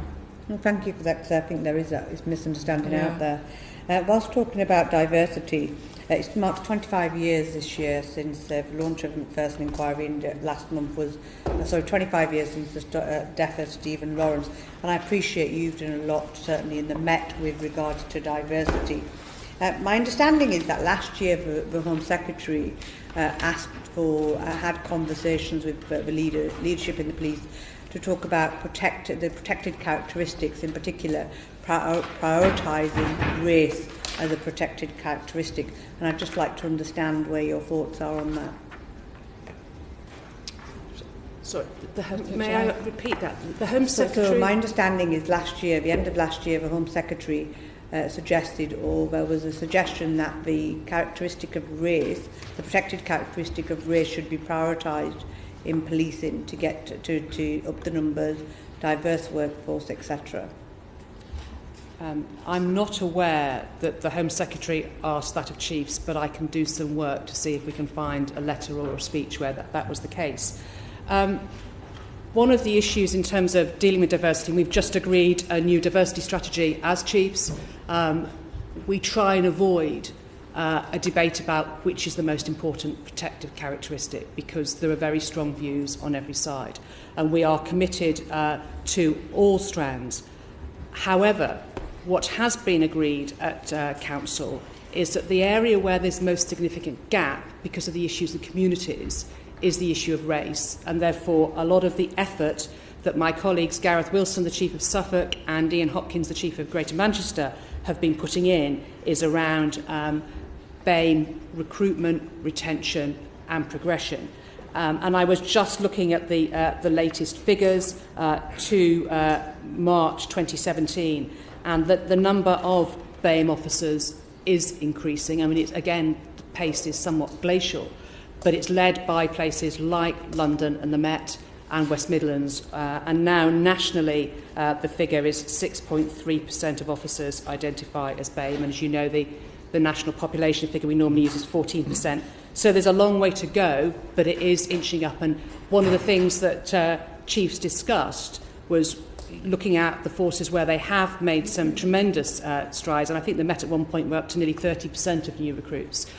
What have the Met been doing? Have they been a little bit more audacious in terms of what can be done within the current rules? The argument always comes up is should we have a process like they had in Northern Ireland, when the desire was to change the mix between Protestants and Roman Catholics. And, of course, again, that would be a political decision, but there would be those who would argue that that would have some attraction, that you would you would select on merit, but you would appoint on representation. There is a big debate about whether that is legal at the moment. So it is very much an issue. I will check to see if the Home Secretary said anything, but it's certainly been a live debate in Council recently. So my understanding is it might be useful for you to know that I'm on the steering group with John Boucher, who leads on your agenda for race, religion and belief, and looking at this area in particular. And one of the concerns that comes out, and it was from your representative on the Home Office, who suggested that at that meeting that actually the Home Secretary suggested to prioritise race as a protected characteristic. So one of the concerns I have with this conversation is that actually, on one hand, I feel that if I was to reel this back to you, my understanding of what you've just said is, on one hand, you're saying we accept that race is a characteristic where we're not doing so well, so we'll give it a bit more of a push, but you're not going as far as saying, actually, we will prioritise that characteristic. And I'd just like to understand why you don't feel comfortable in actually saying it just as it is, which is, we are prioritising it. So I was aware that you sit with John Boucher on his group, and I'm aware that this is a debate. There are people who represent the other protective characteristics who are pushing back equally as hard against this. And I think the way that we've navigated a sensible, practical solution is that all characteristics are equal, but actually our biggest gap and the most important issue for communities is around race, and that's why we're putting more effort in. And that's why, in fact, there are two chiefs involved in it. So what's the difference between you saying, and I'm just trying to understand, what is the difference between you saying this is a characteristic that we need more effort in and we are prioritising it? What's the difference between those two things? Because for me, it means the same, but just the language, you're being very guarded in your language. Why? Because, as I say, we've got people who are champions of other characteristics who are pushing back. So we're trying to keep everybody on board. We're trying to avoid having a hierarchy of protected characteristics, but we are acknowledging the importance of the police service representing the community that it serves to a much greater extent than it does at the moment. Now, I'm not for 1 minute saying that that is the one silver bullet that's going to deal with community relations, but it's got to be part of the mix, which is why those forces where they have the biggest BAME communities, like Birmingham, like London, have made the most effort to get much greater representation. So do you feel it's been prioritised enough? I think that we agreed a strategy over the last 6 months. What we now need to make sure is chiefs put their shoulders to that strategy and deliver it on the ground. Thank you. So in the Met, there's been a huge amount of effort, as you did acknowledge. And as Sarah said, at the point of entry, the average kind of passing out parade that I go to has 28%, something like that, in the last year of black minority ethnic recruits. Clearly you compare that with London, we're still behind. But that is a massive change. So 13% of the police officers overall, and far, far higher amongst our police staff, our specials and PCSOs, as you might expect. So I've come in as the relatively new commissioner and said, right, that's great, but we now must up our efforts across the board of diversity, inclusion, equality, and engagement with our communities, particularly given the levels of violent crime and the issues around CT, which of course cause huge concerns in a city like London, and in which has the history that it has of variable relationships between the police and our communities. And people have come to me and said, so does that mean we're putting race first? And I have to say, I'm the chair of the board, I'm driving this very hard. I am not proud of our percentage of women that are coming in at the moment, and we've done lots of research on that. And we're about to enter 100 years of women in policing in the Met, and we're having a huge push on that because I think it is very important. I put huge effort across the board, and I think we need to. I'm very proud of what the Met's done in the last few years. We have been quite innovative, but we need to push on this. Not least and definitely on the race issues, of course. Thank you. And my next question is for Lynn yourself. With the announcement yesterday in terms of the contest and the sharing of information, last year a senior official from the Home Office visited Bradford, and I know Bradford has been playing a part in your National Crime Agency work. How confident are you in terms of the whole idea of sharing information? And the word that was used at the time was, are you daring to share? How confident are you that you're sharing information which impacts on organised crime, which no doubt has a relevance to terrorism potentially as well? So the first thing to say, as you already know, we've been working very, very closely with West Yorkshire. We have an absolutely outstanding relationship with Dee Collins, your Chief Constable, and indeed with the regional setup at Assistant Chief Constable level. I'm pleased to say that jointly we have run a number of operations which have led to success, such that the violent crime in Bradford and the level of gun crime isn't at the stage that it was when I first took up this post, and that's absolutely all credit to the operational officers from both West Yorkshire and the National Crime Agency that work together. As an agency, we are committed to sharing information where we can.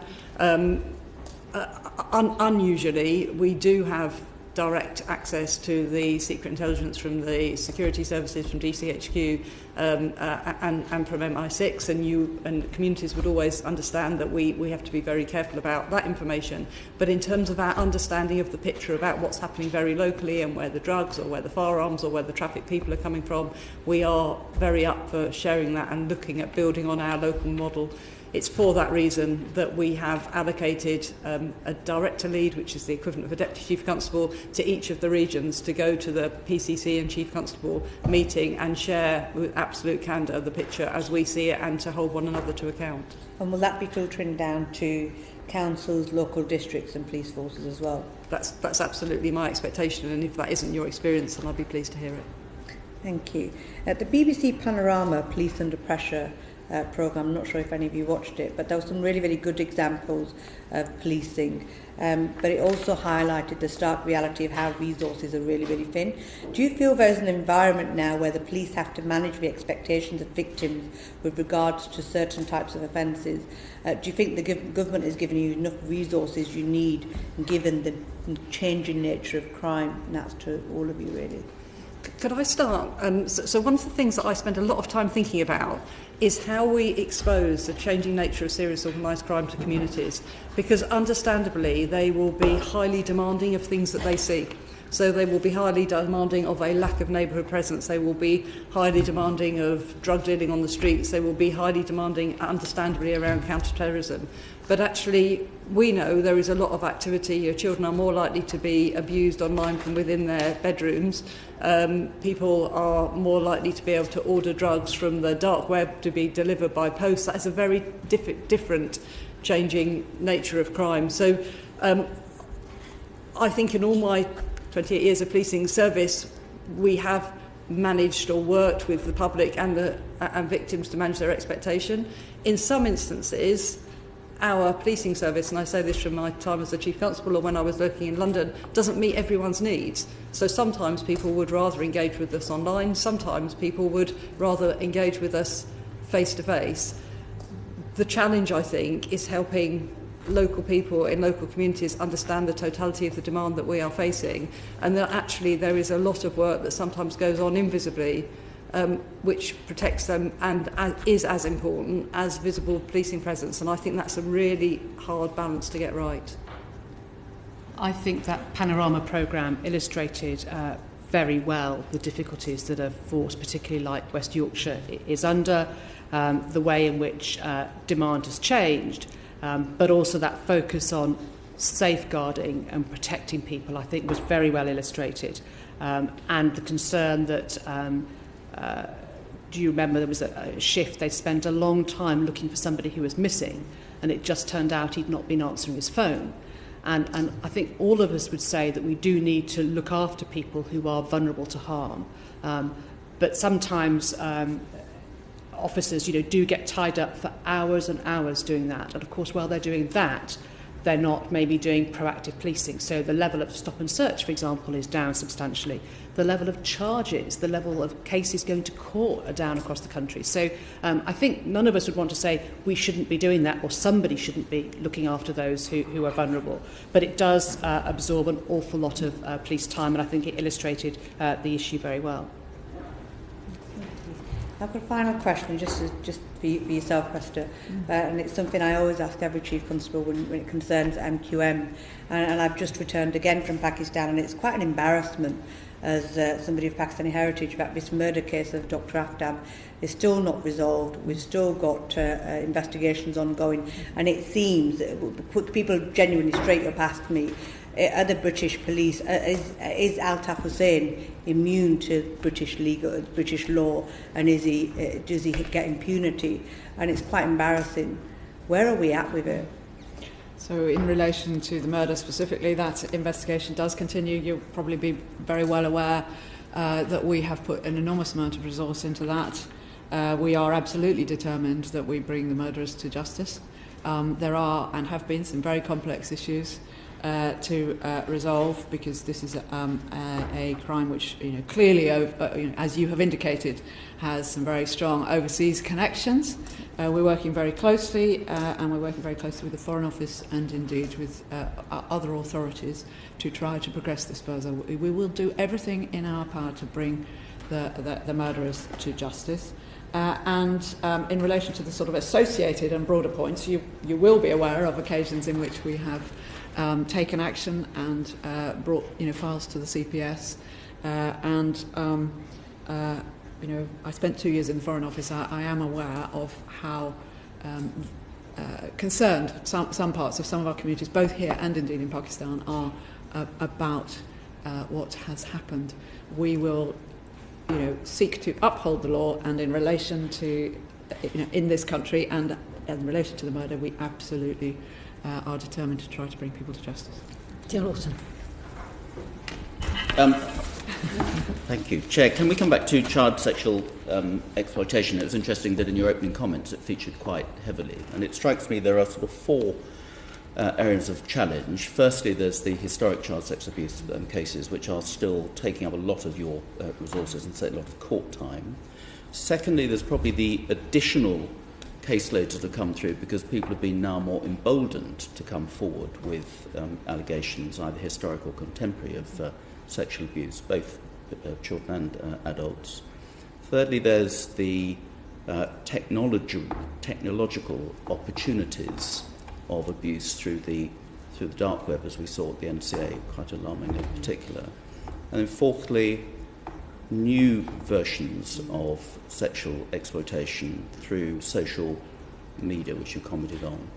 Is that a fair assessment of the challenge you're up against? Where are those biggest challenges out of those four? What are you playing catch up with or on top on, and where do you see the challenge growing in the future, and what are you doing to prepare for it? There's quite a lot of questions wrapped up in one there. So if I may start, and I'll take them in order. So starting with the historic, we are conducting two very significant historic inquiries. The first into North Wales care homes. Absolutely delighted that we had a further conviction last week as a result of bravery of strong people coming forward. A vice principal convicted of 29 offences, given 22 years in prison. That's a particularly interesting case, of course, because he absconded to Malta. And having absconded to Malta, we were able to use a European arrest warrant to bring him back and therefore protect the public of Malta as well as the protection of the public in the UK. That inquiry is coming to an end. There are still more cases to go to court. The most significant, though, is our Operation Stovewood, which is our inquiry into offences in Rotherham. At the initial outset, we believe there to be approximately 1,400 victims. That was based on the J review. Some very, very impressive work by my officers has led to a number of convictions at Crown Court. But we still have a long way to go with that inquiry. And I was very well supported by Sarah, because I think the big challenge with these historic inquiries has been that there is just not enough trained support and capability across the whole of the police service. So we have used up every single bit of the NCA trained capability, and then we went out to mutual aid to forces, and then we and other forces in the country have gone out to retired officers and have brought them back for the inquiry. So there is a real question about skills, capability and gap that I think we need to ask going forward. We actually think the peak of historic offending, apart from Stovewood, is starting to plateau. Chris and I were talking about this yesterday, but nonetheless, in terms of the National Crime Agency, Stovewood is really significant for us. Technology is clearly a massive enabler. We do not have enough dark web analytical capability across the whole system. Currently, it's one of the gaps that I alluded to earlier. We don't need that in 43 forces in England and Wales. That would be absolute madness. But we need to find a way to build that capability, money to follow the build of that capability, and there for it to sit wherever it needs to. And we do need the tech companies to step into the space that they should be in, that I described earlier. Your last point. So, social media, and in fact, you made the point earlier about social media companies are taking all of the profit, I think was the phrase you Yes, used. so I think we would describe a scenario where we are still dealing with significant historic matters. We have a huge volume issue that we need technology companies to help us with, and then we have a changing pattern. So currently the UK has many travelling sex offenders who are sitting in their bedrooms in the UK and ordering the live streaming of abuse in countries like the Philippines. You know, we have recently convicted an individual who was from the UK but targeted a very poor village in Kenya, and some really good work with the Foreign and Commonwealth Office and a special capability that we built with the Kenyans meant that they were able to give their live evidence from Kenya to achieve a prosecution in the UK. But it is very, very complex, and it's why I started on this point, because it is one of the best examples. Modern slavery and human trafficking will be another, where international offending can be ordered from the UK and vice versa. So in terms of the 4 points you make, I mean, I think they all add up to a great deal more demand on policing. Whether it's the non-recent cases, increased confidence of complainants and victims, but also the way in which technology enables offenders to offend in a way which we wouldn't have dreamt of 10 years ago. In terms of the national response, very much led by Lynn's colleagues in the National Crime Agency, but one of the things that we have identified across the board is the lack of skills and the need to skill up our staff, whether they're dealing with local cases or whether they're dealing in the regional units. And there's a variety of different College of Policing training courses that are now being rolled out. But also some of it's about building capacity. And I mentioned the Police Transformation Fund, which, apart from the fact we sometimes get frustrated, it takes forever for the decisions to be agreed, it has been a huge boost over the last 3 years for us to fund capabilities that are needed, but also to fund some of the technology programs I was talking about earlier on. And one of the joint arrangements we've got is building regional units where very skilled police officers can go online undercover to catch the really vile offenders who are preying on young people as they use social media platforms. And so that capability, which we have been developing across the regions, is a really important example of how we're not just skilling up everybody, but actually investing in those very special skills, working closely with the NCA. And do you think that the social media companies should be contributing to that upskilling?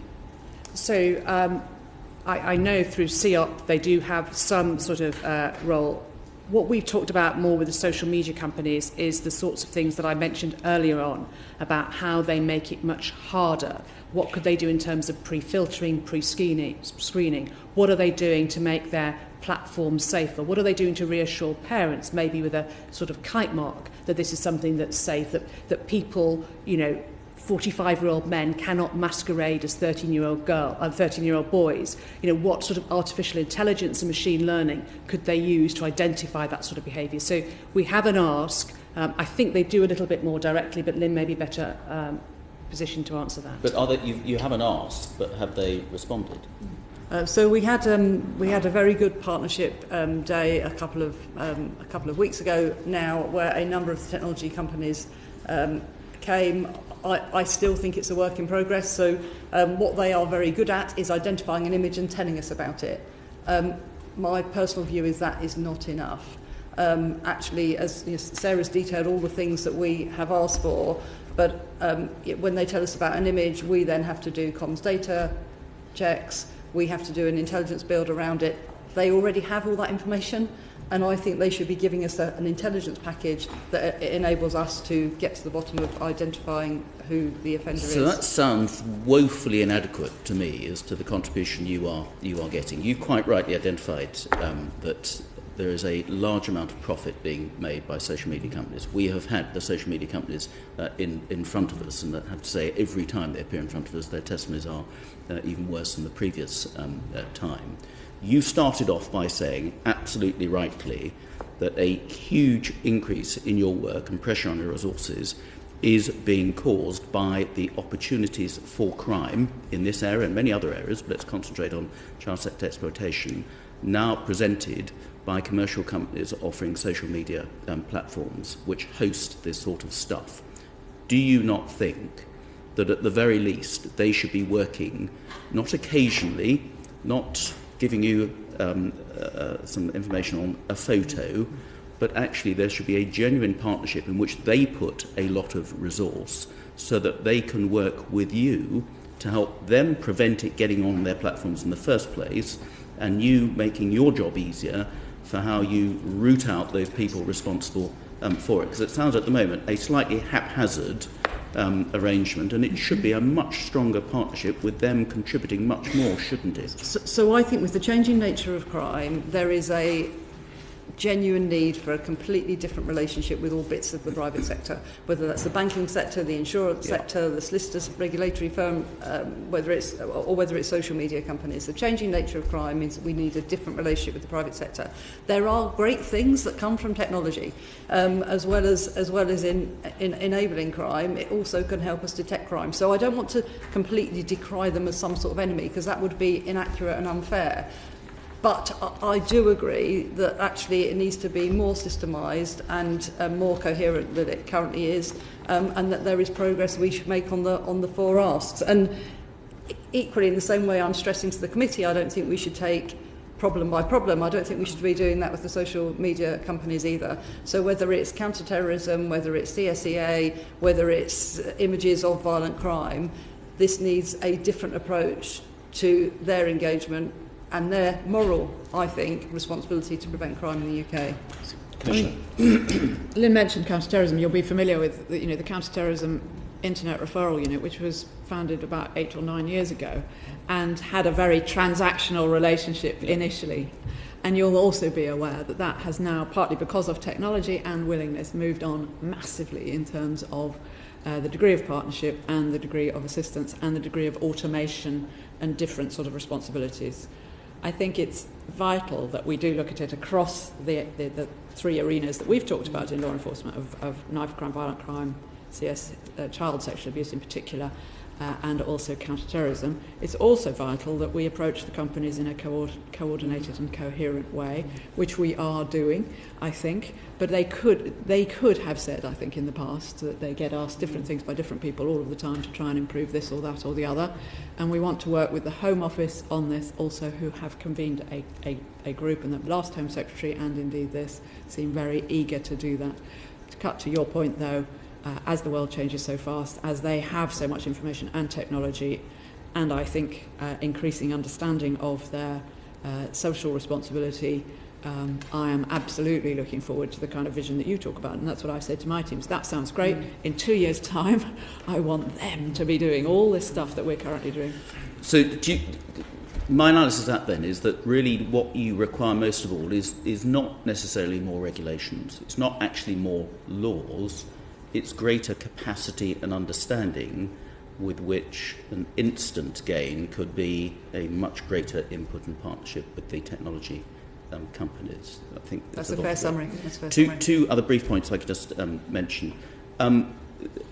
Last year, I think it was, your colleague, the Chief Constable for Norfolk, who leads on child sex exploitation, I think made the suggestion that we should not be charging certain lower level criminals who are accessing child sexually exploited images online. Do you think that was the right approach to take?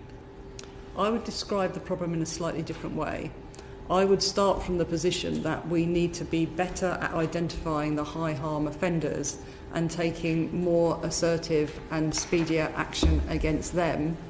And to do that, it might involve us taking a different approach, because at the moment we are getting swamped by the volume, and what that means is that people like Matthew Forder have been able to abuse 300 victims because actually finding him was harder than finding the person who just uploads their image. Okay, I understand that, but the principle is surely that actually this is all crime, Yes. that the low-level offenders, however you want to define that, can quite easily turn into the higher-level offenders if they think there are not consequences from their actions, and people who might not be, inverted commas, brave enough to go in search of this stuff, if they thought it had effectively been decriminalised, will start on what can then become a very slippery slope. And these people are looking at images of children who are being abused at whatever level, in whatever country. It still amounts to a crime. So wasn't that actually diluting the seriousness of all child sexual exploitation? We are very clear from the National Crime Agency, with the leadership and responsibility in these areas, that these are very, very serious offences. And that actually this needs more capability, more capacity to invest in putting more serious offenders before the courts. There is actually no evidence that policing has taken a backward step from this activity at all. We are arresting more people than ever before. There is a question about what happens with those people when they get to the courts, because actually, although many of them are being convicted, their sentences are very low. So we are in conversation with the Crown Prosecution Service about the use of conditional cautions in this area, which would enable their behaviour to be proactively monitored. But be under no illusion, this is very serious offending, where we are trying to get ahead of those who are live streaming abuse, for those who are making individuals' lives absolute hell, and law enforcement is arresting more people now than we ever have done. Okay, can I just have a final point, run out of time, on related to social media?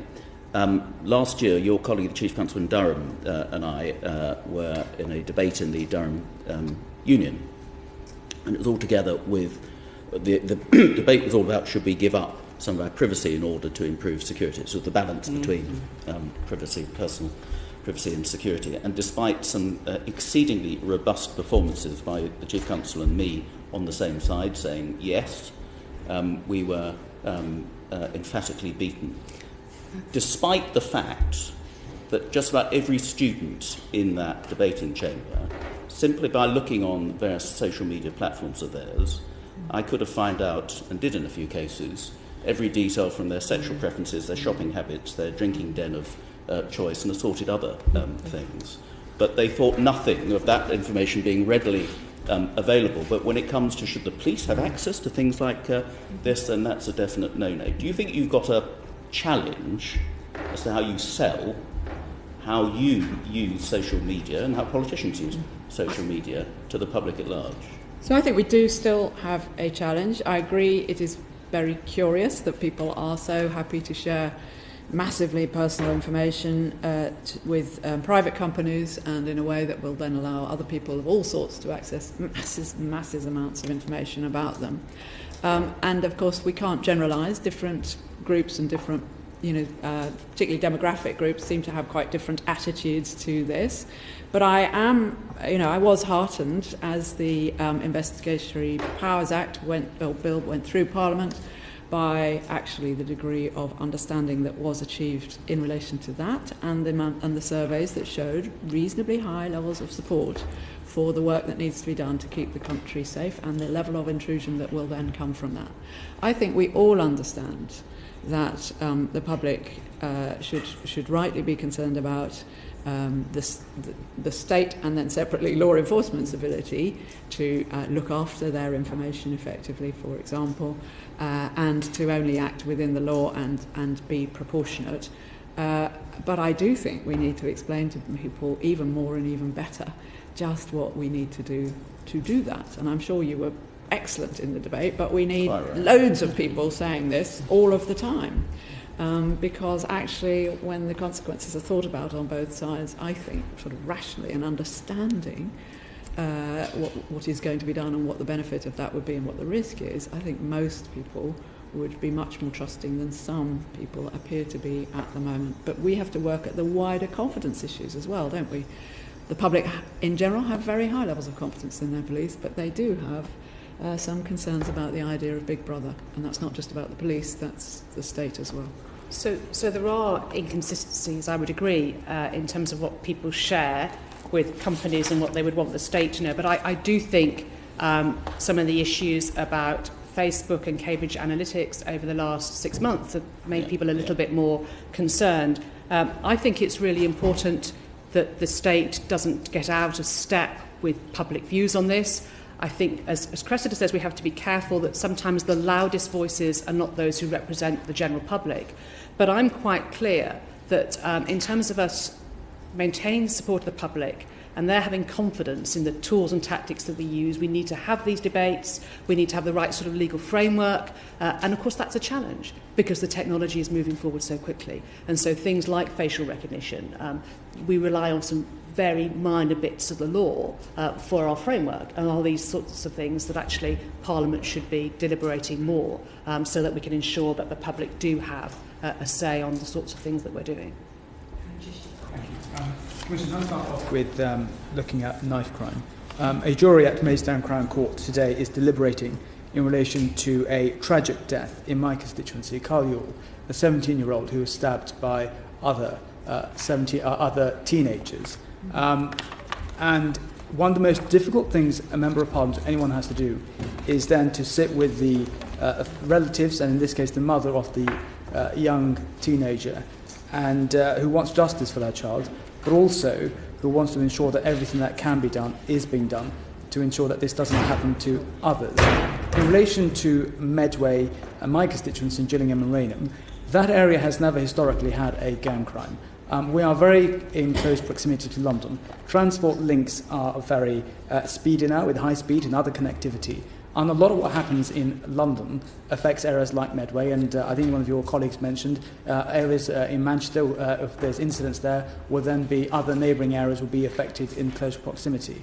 Can you just clarify and confirm the collaboration that you have with Kent Police, which has been rated outstanding on 3 inspections now, that everything that can be done is being done to ensure that the problems that are coming in from London are being effectively dealt with in that joint collaboration? So I join you in saying, abhorring the murder and the murders, and secondly, it's an awful thing and something that I also, I'm a professional police officer, so I may have had to do more of it over a longer period, but over the last few months I have met many mothers and many grieving families and been to funerals, and I completely see that people want to know on first hand, justice please, on the second hand, usually, I mean, different people, it's different of course, but usually, what are you doing? We must all stop people carrying knives, we must protect our young people, is the next sort of thing they want. And we do work very closely with, in your example, Kent Police. And as Lynn has said earlier, where we are talking about county lines, which it may or may not be in the Medway instance, there is a huge amount of burgeoning kind of coordination going on. I will undertake to go back and have another look at how our cross-border, because it is cross-border working with Kent. I should do that. But we have, they come to what we call our various tasking meetings. We have joint meetings on all sorts of things that we'll have in common, like travelling burglars and that kind of thing. And in particular, we are sharing our learning and our intelligence in relation to knife crime and drug dealing, where we know it is affecting other parts of the country, including particularly Kent. Yeah. Well, Commissioner, can I just say, I have no doubt at all about your commitment and your passion to do everything you can on this issue, and I'm grateful for that, and the officers that you have, and you now have in your remit one of my former area commanders in Medway working for the Met, so I know you have some brilliant officers doing everything they can on this. Can I just move over to the issue of counter-terrorism, if I may? We heard earlier about the point about resources and funding. Would I be right in saying, and just looking at the statement yesterday by the Home Secretary, that in 2015 spending review, 2 billion a year was allocated to policing to deal with counter-terrorism, and linked to that, this year, a further 15 million has been given to terrorism policing and due to go up to £750 million. Just to get that into context, is that comments made by the Home Secretary yesterday on funding accurate? I certainly recognise the second two, and I have no reason to doubt the first, assuming the Home Secretary said that then. But I don't have that right at my fingertips. I can check, of course, but I'm sure that will be right. And just linked to that, having read the speech given by Mr. Parker, the MI5 Director General in Berlin, he said 12 further terrorist attacks were thwarted since the tragic incidents and the horrific incidents that we saw in 2017. And just for clarification, with an eye on Brexit, some say there may be issues about intelligence sharing once we leave Brexit. For clarity, are you able to share the information that those 12 incidents that were thwarted, was that in relation to intelligence from within the United Kingdom, or was that in relation to intelligence by our counterparts in the Middle East, or whether it's with the United States, or whether it's from Europe, or whether it's for counterparts, I'm a trade envoy for Pakistan, or whether it's from Pakistan? Are you able to just clarify, if you are in a position to say those 12 incidents that were thwarted were in relation to our own intelligence or intelligence by other countries? So I think if you look at the 5 ghastly attacks, you will have seen, and Andrew talks about this, the sheer variety of history, background, and sort of manifestation, and indeed to some extent tactics used. And that is what we are now dealing with. And within the 12, there is a huge variety as well. We rely on a daily basis on intelligence sharing and operational work together and learning with all sorts of countries around the world. Of course, most particularly the United States of America. I have, 50-odd officers working in other countries around the world. I can't tell you, and it probably wouldn't be appropriate for me since some of them are still coming to court, and even then it might not be, where precisely the original, if there was such a thing, intelligence comes from. Some, of course, relate to people who are, entirely British born and bred, radicalised, perhaps online, and affected by other British people. But others undoubtedly have links with various parts of the world. And we work very, very closely with our colleagues in various or all actually of the European Union countries. And just linked to that, and I totally get the point that you can't comment on the 12 whether it was from within, intelligence from within or elsewhere, because those are matters which are currently being looked at, but grateful that it is intelligence sharing around the world which helps keep our country safe. The next point which Mr. Parker went on to say is that the increase in threat is linked to an upshift in Daesh's murderous ideology. And so in relation to what we're doing as a country to help address that challenge of individuals being sucked in to that poison ideology. We've had around 800 who went to Syria and Iraq to fight with Daesh, and the threat that is immense. So although Daesh may be militarily defeated, but you have to defeat the idea, the ideology and the appeal. What are we doing on that? You do, and I think Andrew talked and always talks about the sort of threat from home, overseas and online, and we have to work in all the arenas. And of course it's not just the police, or indeed just the police and MI5, despite the fact that we probably have, as I say, great skill, resource and abilities and the best working relationship of any in the world. A lot of the work on, if you like, the counter-narrative and the things which might pull somebody into understanding and believing and liking that ideology are really not to do with the police at all. They're better done by other people, whether that is in terms of foreign policy sometimes or in terms of education and universities and discussions there. But this is a part of the Prevent programmes, which of course is part of Contest, as we've said, and has been given an extra boost yesterday. It's vitally important, and I think that's why the Home Secretary and indeed Andrew would say, this isn't just about people fighting and coming back and skilled at all.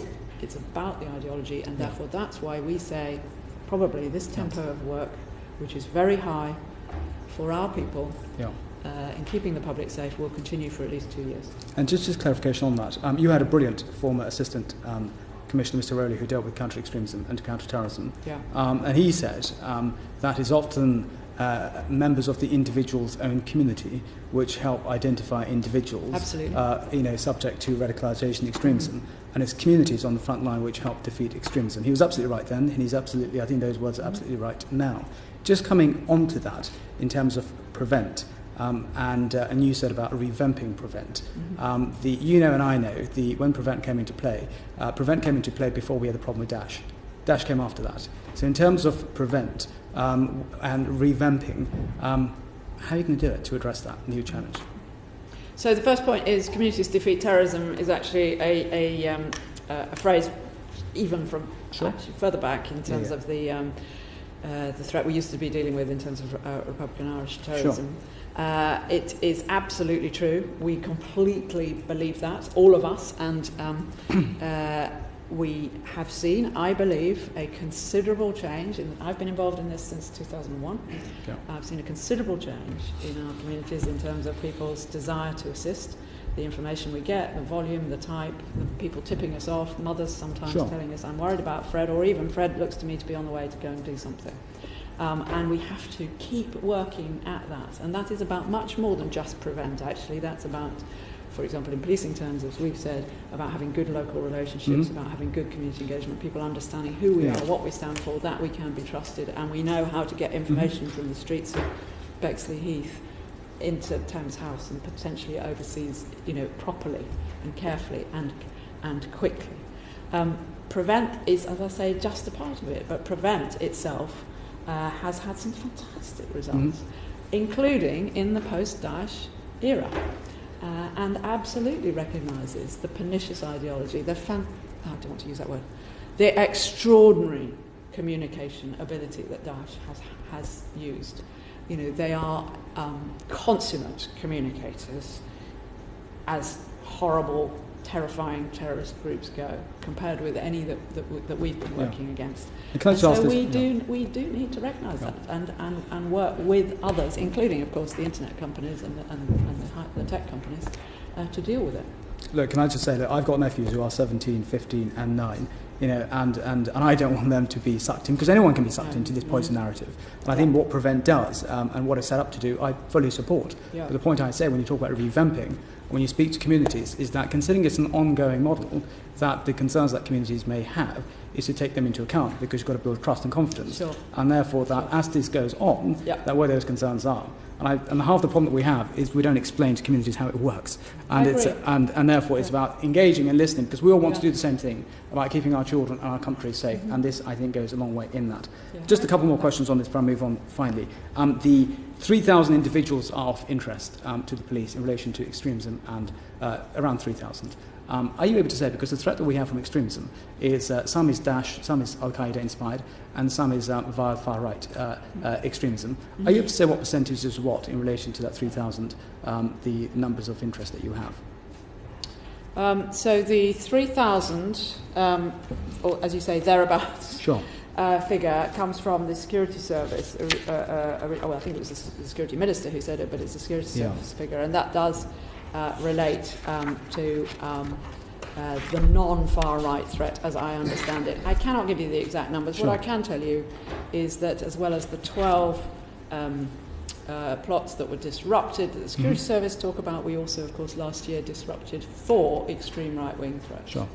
And although the nature of the threat and the scale of the threat is very, very different, it is something we take extremely seriously, and you will be aware that during the time this committee's been sitting in this format, there's been prescription of a far-right group, and indeed of extreme right-wing group, and indeed we have some arrests made and trials coming forward in relation to extreme right-wing at the moment, which are going to be very high-profile, I'm sure. And this is something we take extremely seriously. I can't, and probably wouldn't, divide out between Daesh and Al-Qaeda. I think it's a bit more complicated than that anyway. And then secondly, the extreme right-wing volumes is not something we would normally talk about in terms of the numbers of individuals. But it's important. The reason I say that, and I totally get what you say, is that people out there can understand the problem that we have with extremism is with all forms of extremism, far right and those inspired with Daesh or Al-Qaeda. If I may go to Ms. Thornton, just a question on your point about data transfer and the issue with data and the police. I used to prosecute cases and defend cases before. One of the things which any civil society should be proud of is about administration of justice. And we've seen many cases come to court where individuals have been acquitted or cases have been thrown out before, where officers have not disclosed data which has led to the undermining of the trial. And nowadays, when you're looking at rape cases and allegations, there's a lot of stuff on one's mobile phones which needs to be looked at. Some is unused material, but some quite clearly is not being disclosed, which need to be disclosed, or the officers are not looking at it the way they need to be looking at it. The issue with that, and taking into account what has happened, and it's all in the public domain, is that down to the fact the officers do not understand disclosure? Is it down to incompetence, or is it down to the fact you don't have sufficient resources? So let me start by saying the issues of disclosure and the threat that that poses to the criminal justice system is something that none of us underestimate at all. Yeah. As you'll be aware, the issue of disclosure, going back to the common law and then the Criminal Procedures and Investigation Act 1996, it has always been difficult. And in fact, new arrangements were made in about 2011, I think, for organised crime, for counter-terrorism, for fraud cases, because those were the cases where traditionally there was a massive volume, not just of evidence, as you say, but of unused material that had been gathered over the course of the investigation. What, of course, has happened in the last 5-10 years is particularly for rapes and serious sexual offences, the amount of data has grown exponentially because of all the digital material that we all have. And of course, particularly if the complainant and the offender are known to each other, there'll be a huge amount of material. So we take it very seriously. We have been working since the inspection report last year with the Crown Prosecution Service on improving practice, and we jointly published an improvement plan in January of this year. There are a whole range of different things we're doing, including some new College of Policing training, dedicated specific training on disclosure. It tended to be in a detective constable's course or a detective sergeant's course. We've now got bespoke training. We've also been speaking to and commissioning work on technology, because although with the Court of Appeal, I think, said in 2015 that it's quite all right, quite appropriate to use search terms, but actually we think that we could go beyond using search terms, more advanced searches, machine learning, to look for this material, because actually if you're talking about sexual offences, it's quite tricky to know what search terms you're looking for if the issue is one of consent. But I think, so a whole range of practical things. One of the things that we have piloted, primarily with the CPS, but officers dealing with this is for all rape and sexual offences cases, is what we call a disclosure management document. So at the beginning say, what do we think the defence case is? And then what have we done in terms of inquiring into people's use of social media platforms, what's on their phone, what might be on the cloud, what searches have we done, what have we looked at? And of course these documents are quite extensive. If that is done properly with the investigating officer, then there's a much better earlier discussion with the prosecutor about what material might be relevant in the light of the defence statement. So there are particular practical things which actually have been used for serious cases for quite a few years, but we're now bringing into rape and serious sexual assault. But the other issue, so one about skills, one is about systems and process. I think another is about mindset. My colleague, the Chief of Surrey, is on record and saying that sometimes disclosure was seen as something you did at the end of the investigation as an administrative task. Actually, it's got to be in the mindset of the investigator from the word go. And that requirement that we have to record, retain and reveal needs to be front and centre. So there's a whole range of activity going on, and I assure you none of us take it take anything of it seriously. It's an ongoing process. Well, it's okay. So trying to be as thorough as I can. Okay. So in order to do this properly in the short term, forces have had to move more investigators into these areas. And I mentioned earlier, I was looking at the figures for sexual offences receipts in the courts and in Crown Court workload in general. And if you look over the last 18 months to 2 years, those numbers are going down. Now, what I don't know is it because there are so many cases caught in the system, because they're just taking much longer, or is it because different decisions are being taken about whether to indict or not? But I think there is cause for concern. It is resource intensive. We are shifting people, but I also I am concerned about how many cases might be caught in the system. Commissioner. I would just want to say these are good people doing their best in very difficult circumstances. None of us had a mobile phone when the CPIA came in, the Relevant Act.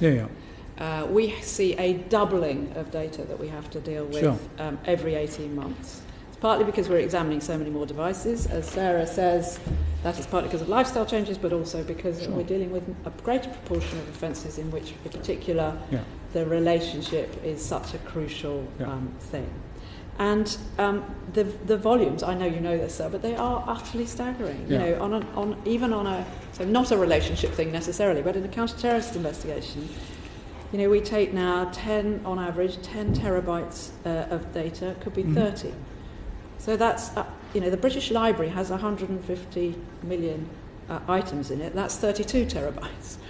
So that's just to kind of give the picture of the volume. And our people are genuinely doing their best, and I think they are struggling with our serious crime teams, our homicide teams, our fraud teams deal with sometimes very high volume and are mostly able to do it in terms of both their resourcing and their skills very well. And I know the Director of Public Prosecutions is giving evidence at a different committee today, and she will probably say that. Where we are struggling to some extent in the Met has been with, as I said, the sort of Crown Court daily business of rape, serious sexual offences, child sexual abuse, domestic violence, human trafficking, slavery, where the relationship is absolutely crucial. But I know the Met have been in absolutely in the eye of the storm of this. We've taken it very seriously, as Sarah has said. We've had to move resources in to do the reviews and make sure that all our sexual offences cases are trial ready and properly, the disclosure is correct, and that will continue. And just final point on that, I'm trying to be as fair as one can. In relation to the resources that you say, the pressure on resources, working with the Director of Public Prosecutions, how much extra resources do you need in relation to this? Because at the end of the day, a false allegation destroys lives, a conviction destroys lives, and you want to make sure pinnacle of any society is that individuals get justice. And therefore, when looking at resources and ensuring justice is done, then everything can be done and should be done to find those resources to ensure that justice is done and you get the resources. So I know it's just asking off the hoof, but if you can afterwards, if you can't do it now, write to the committee and say what are the resources that you need to help address this. We'll be very grateful. So all I can say at this point, and we'll try and put something together in writing for you, is that all chiefs have had to make different decisions to make sure this work is being done properly in line with the action plan that we talked about. I haven't got any national figures. We'll see what we can do. Of course, one of the problems is that this is happening on top of the fact chiefs reported to the inspectorate earlier this year that we are 17% down on the number of detectives we'd like in an ideal world. Right. So we're actually trying to push resources into an area where we're already short, but we'll see what we can do in terms of numbers. Sure. I just did one very short answer. Yes, of course. What was thought to be a reasonably straightforward case. You will again be familiar with this, but at a moment in the trial, there was a question about what's on the Facebook account. We called in 18 officers who did 200 hours work over that weekend. Now that's not unusual, just to be able to and that it was by no failing of the police or the prosecution at all. It was something the witness said that made the judge think we better. That's just an example, sure. And Lynn could give countless of the sheer hours. We'd be happy to follow up, I'm sure, that in the particular types of cases we're talking about, that is now going into achieving what you say, which is obviously no innocent person must be convicted through a failure of disclosure. I'm conscious we've asked you a very wide-ranging list of questions and also taken a lot of your time, which I think reflects the wide range of issues that we have wanted to cover, and we're very grateful for that. There's one final question, because I was very struck listening to all of the evidence that you've given, that I think you hardly ever mentioned the word Home Office. Mm-hmm. And I'm just interested in what you see as being the Home Office's role in the future of policing. You've talked a lot about police-led work and so on. Where does the Home Office fit in? So I hope I've mentioned them a couple of times, including the Home Secretary. But one of the issues I think all three of us would agree on and have discussed is the fact that the recent focus has been on the local, and most police identity is local, accountability is local, most budgets are local.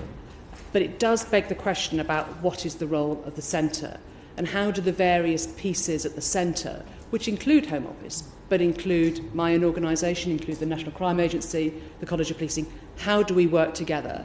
10 years ago there was a National Policing Board. All we've got now is a Police Reform and Transformation Board, which does bring the parties together, but I think it's a bit of a workaround. And so in some areas we find ourselves saying, I think the Secretary of State could have more of a role, for example, in looking over the forensic marketplace, in thinking about where we're going on digital technology. In some of those big issues, I think it would be more helpful.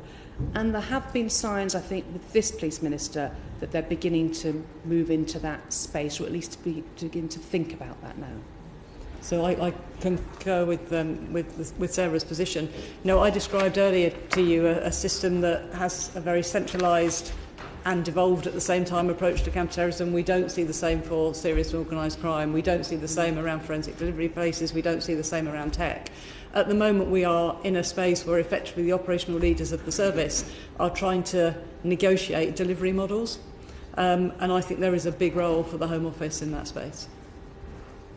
I would agree with both of those comments, and not to repeat them.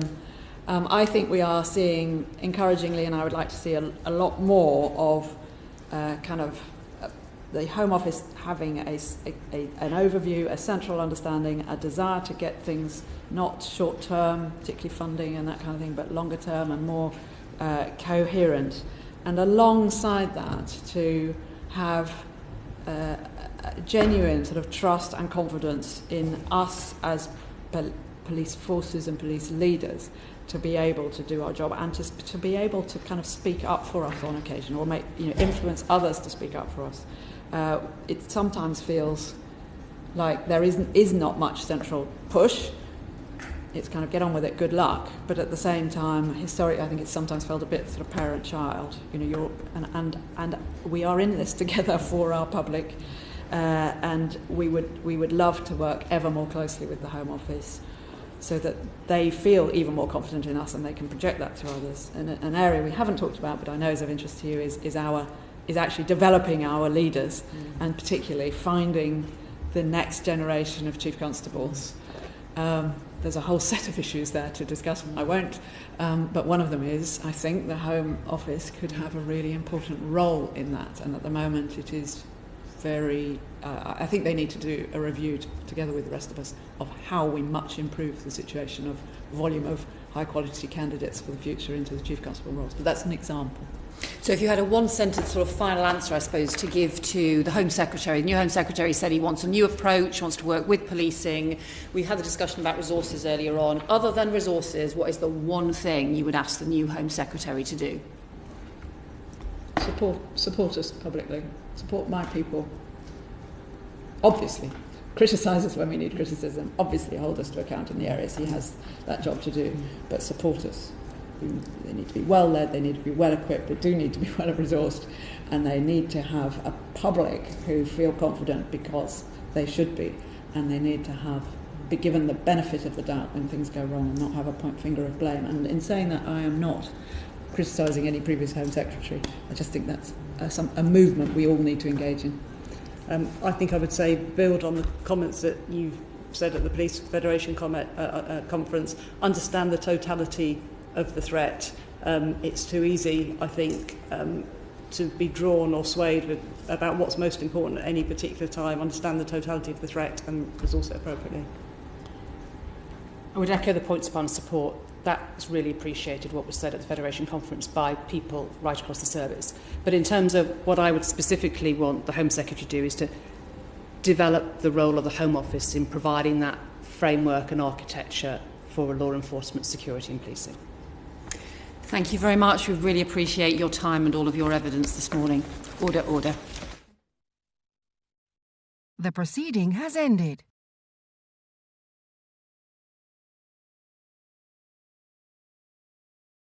The proceeding has ended.